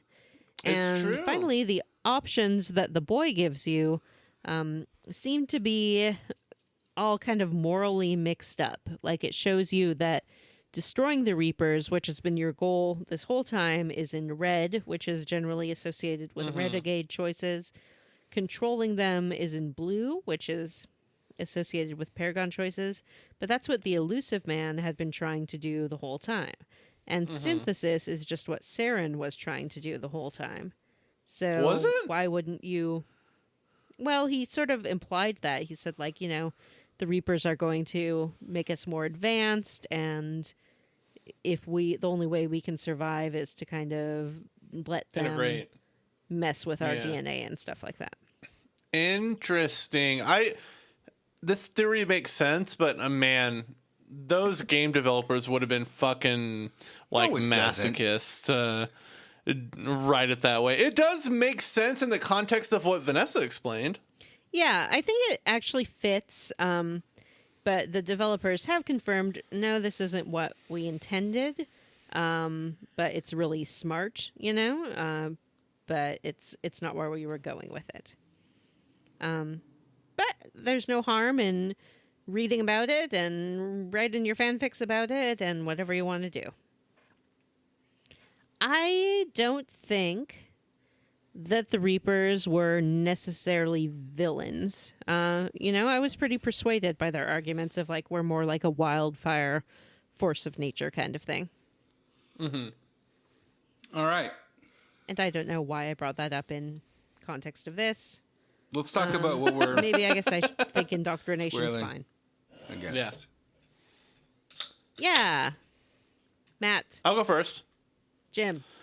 I'm rounding What do you for this swear- game. Oh. I played it for the first time at the end of 2021 when I had taken vacation from work and was very bored.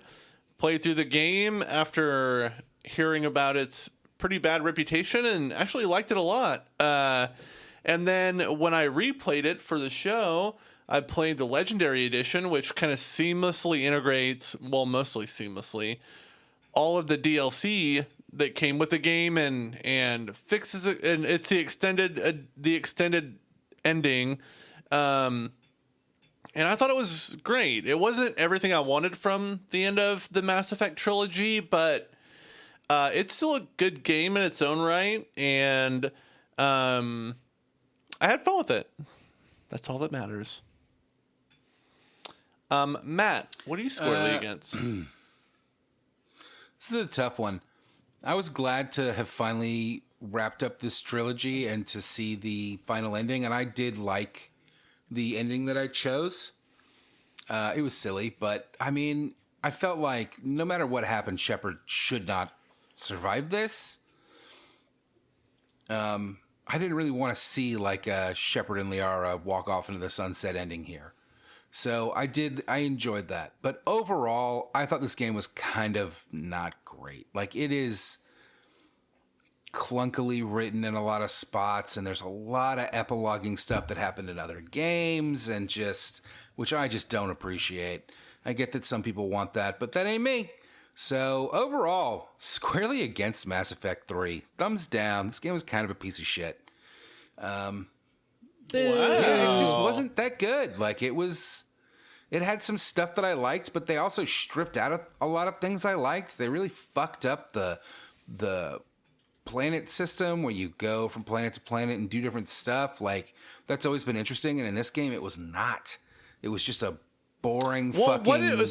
Question, like, what version of that do you like? Because it's been different in every game. I'm In not Mass taking Effect 1, you could go and explore the this is my planets. squarely against, not Jim's okay. question hour. So You just I dislike didn't like it. I It's thought fine. it was bad. I liked Mass Effect 2's system a lot. I liked the idea behind Mass Effect 1's system, but it didn't work very well. But that's okay. But overall, like, other than the Citadel DLC was the best part of this game. The game itself, like, none of the plot really hooked me, and none of the characters really. There's not much in the way of new characters that I liked. Yeah, I thought it was kind of a big fart noise ending to the series, other than the actual ending, which was fun. So, cut out 90% of the game and just give me that ending, and I probably would have been more on board, but didn't love it. Vanessa, what are you squarely against? I'm roundly for Mass Effect 3. I don't think it lives up to Mass Effect 2, but Mass Effect 2 is one of, I think, the best games. So it couldn't possibly. I did enjoy playing it this time more than I had in the past. I think it's because I went straight through all of them. 1, 2, 3, bing, bang, boom. I like the stuff with the Leviathan. I know that's a controversial take among this group, I liked but it. I feel like it added to the lore rather than subtract from it. I liked the idea that the galaxy is just one big ongoing experiment that is repeated over and over again until a variable emerges that helps the Reapers reach their goal. And I like the synthesis ending because I want that technology put in me. Make me a beep boop robot. I could like network with some broccoli. That would be rad as fuck. And Insert Johnny. I wonder what Johnny is squarely against. Friends, I do have to get going. Can I just give my... Johnny. I'm sorry, it's been 2 hours and... I know. I'm at the office. So I'd like to give my... Can I give my squarely against and what happened to Bim Janks at the end? Yes, Sure. please tell us your ending and give You can- your squarely against. If and Matt we'll wants edit to it move in the right this, place later. Yeah, Matthew can move it. All right, so my Bim Janks ending was that the boy just kept telling him to do that he has to choose and that he's going to either be a god or kill all synthetics, and Bim Janks is like, I don't want to do either of those things. I'm not going to make this choice. This is stupid. And then the kid says, well, you have to, but like 5 times. And then eventually it's just like, so be it, in a super deep voice. And then the Reapers kill everyone. And Bim Janks dies. And then it's Cool. cut to a future without humans where they found Liara's message and managed to build the crucible in time, and there's an little alien stargazer at the end instead of Buzz Aldrin. The alien sounds and looks like Liara.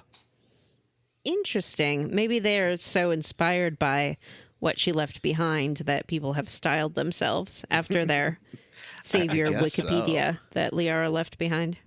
And I wish I could be there for...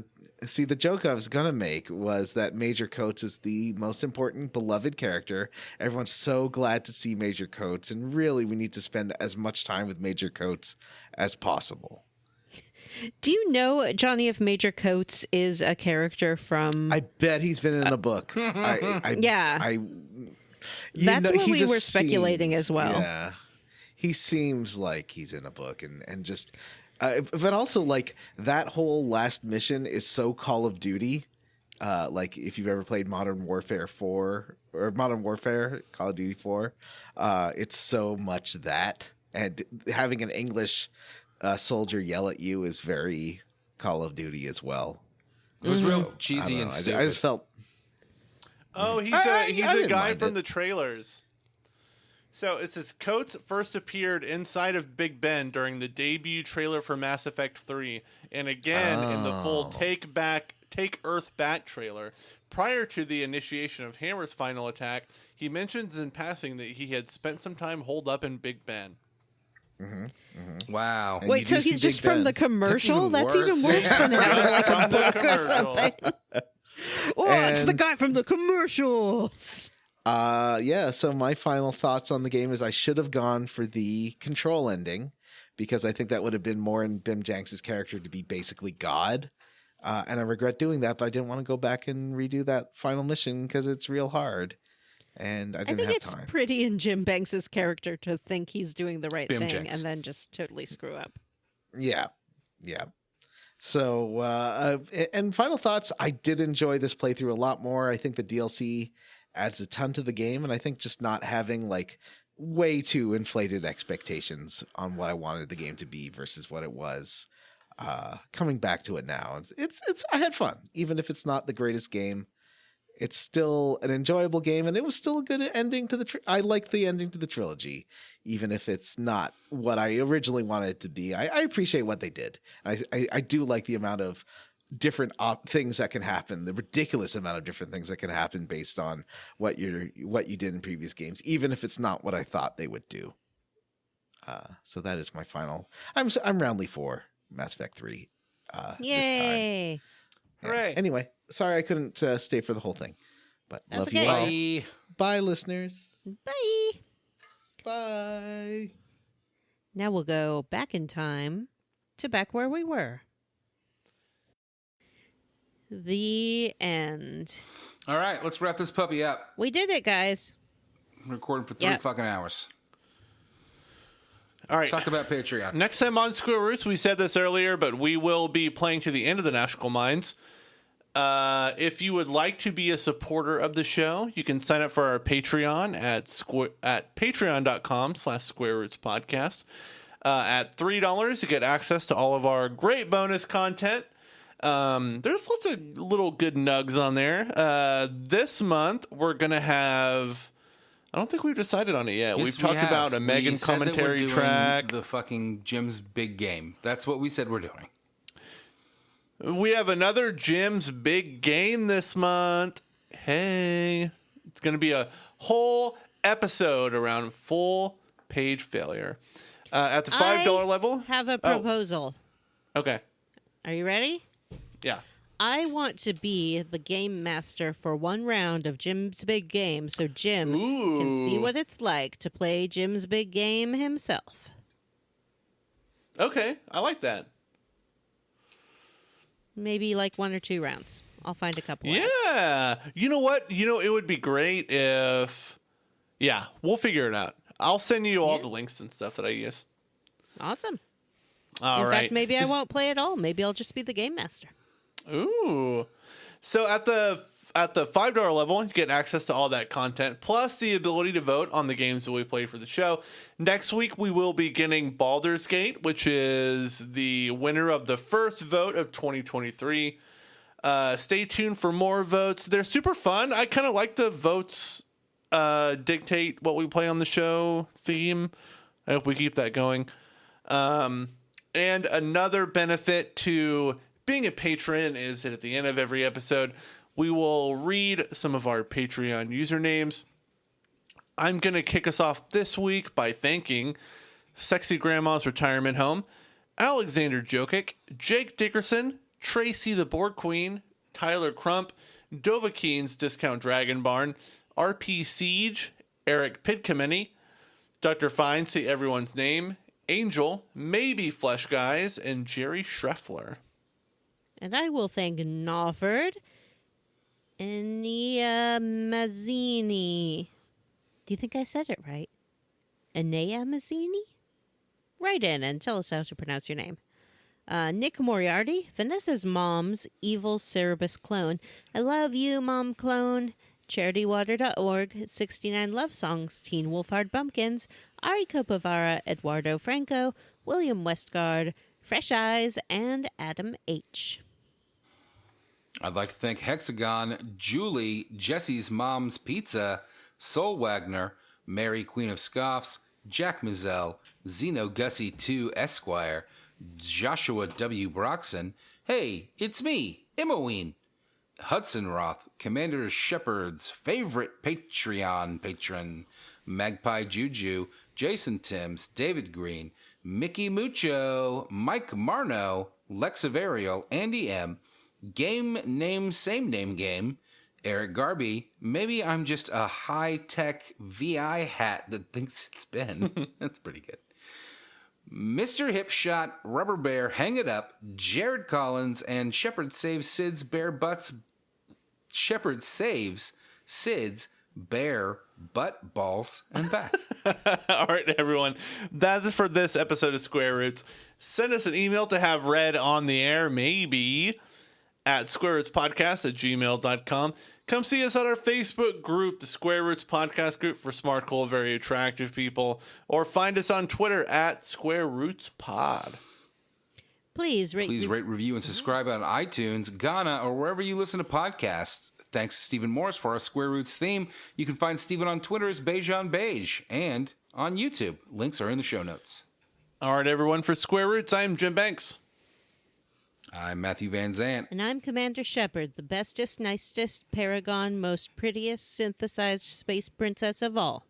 Apparently not. Bye. Bye. Bye.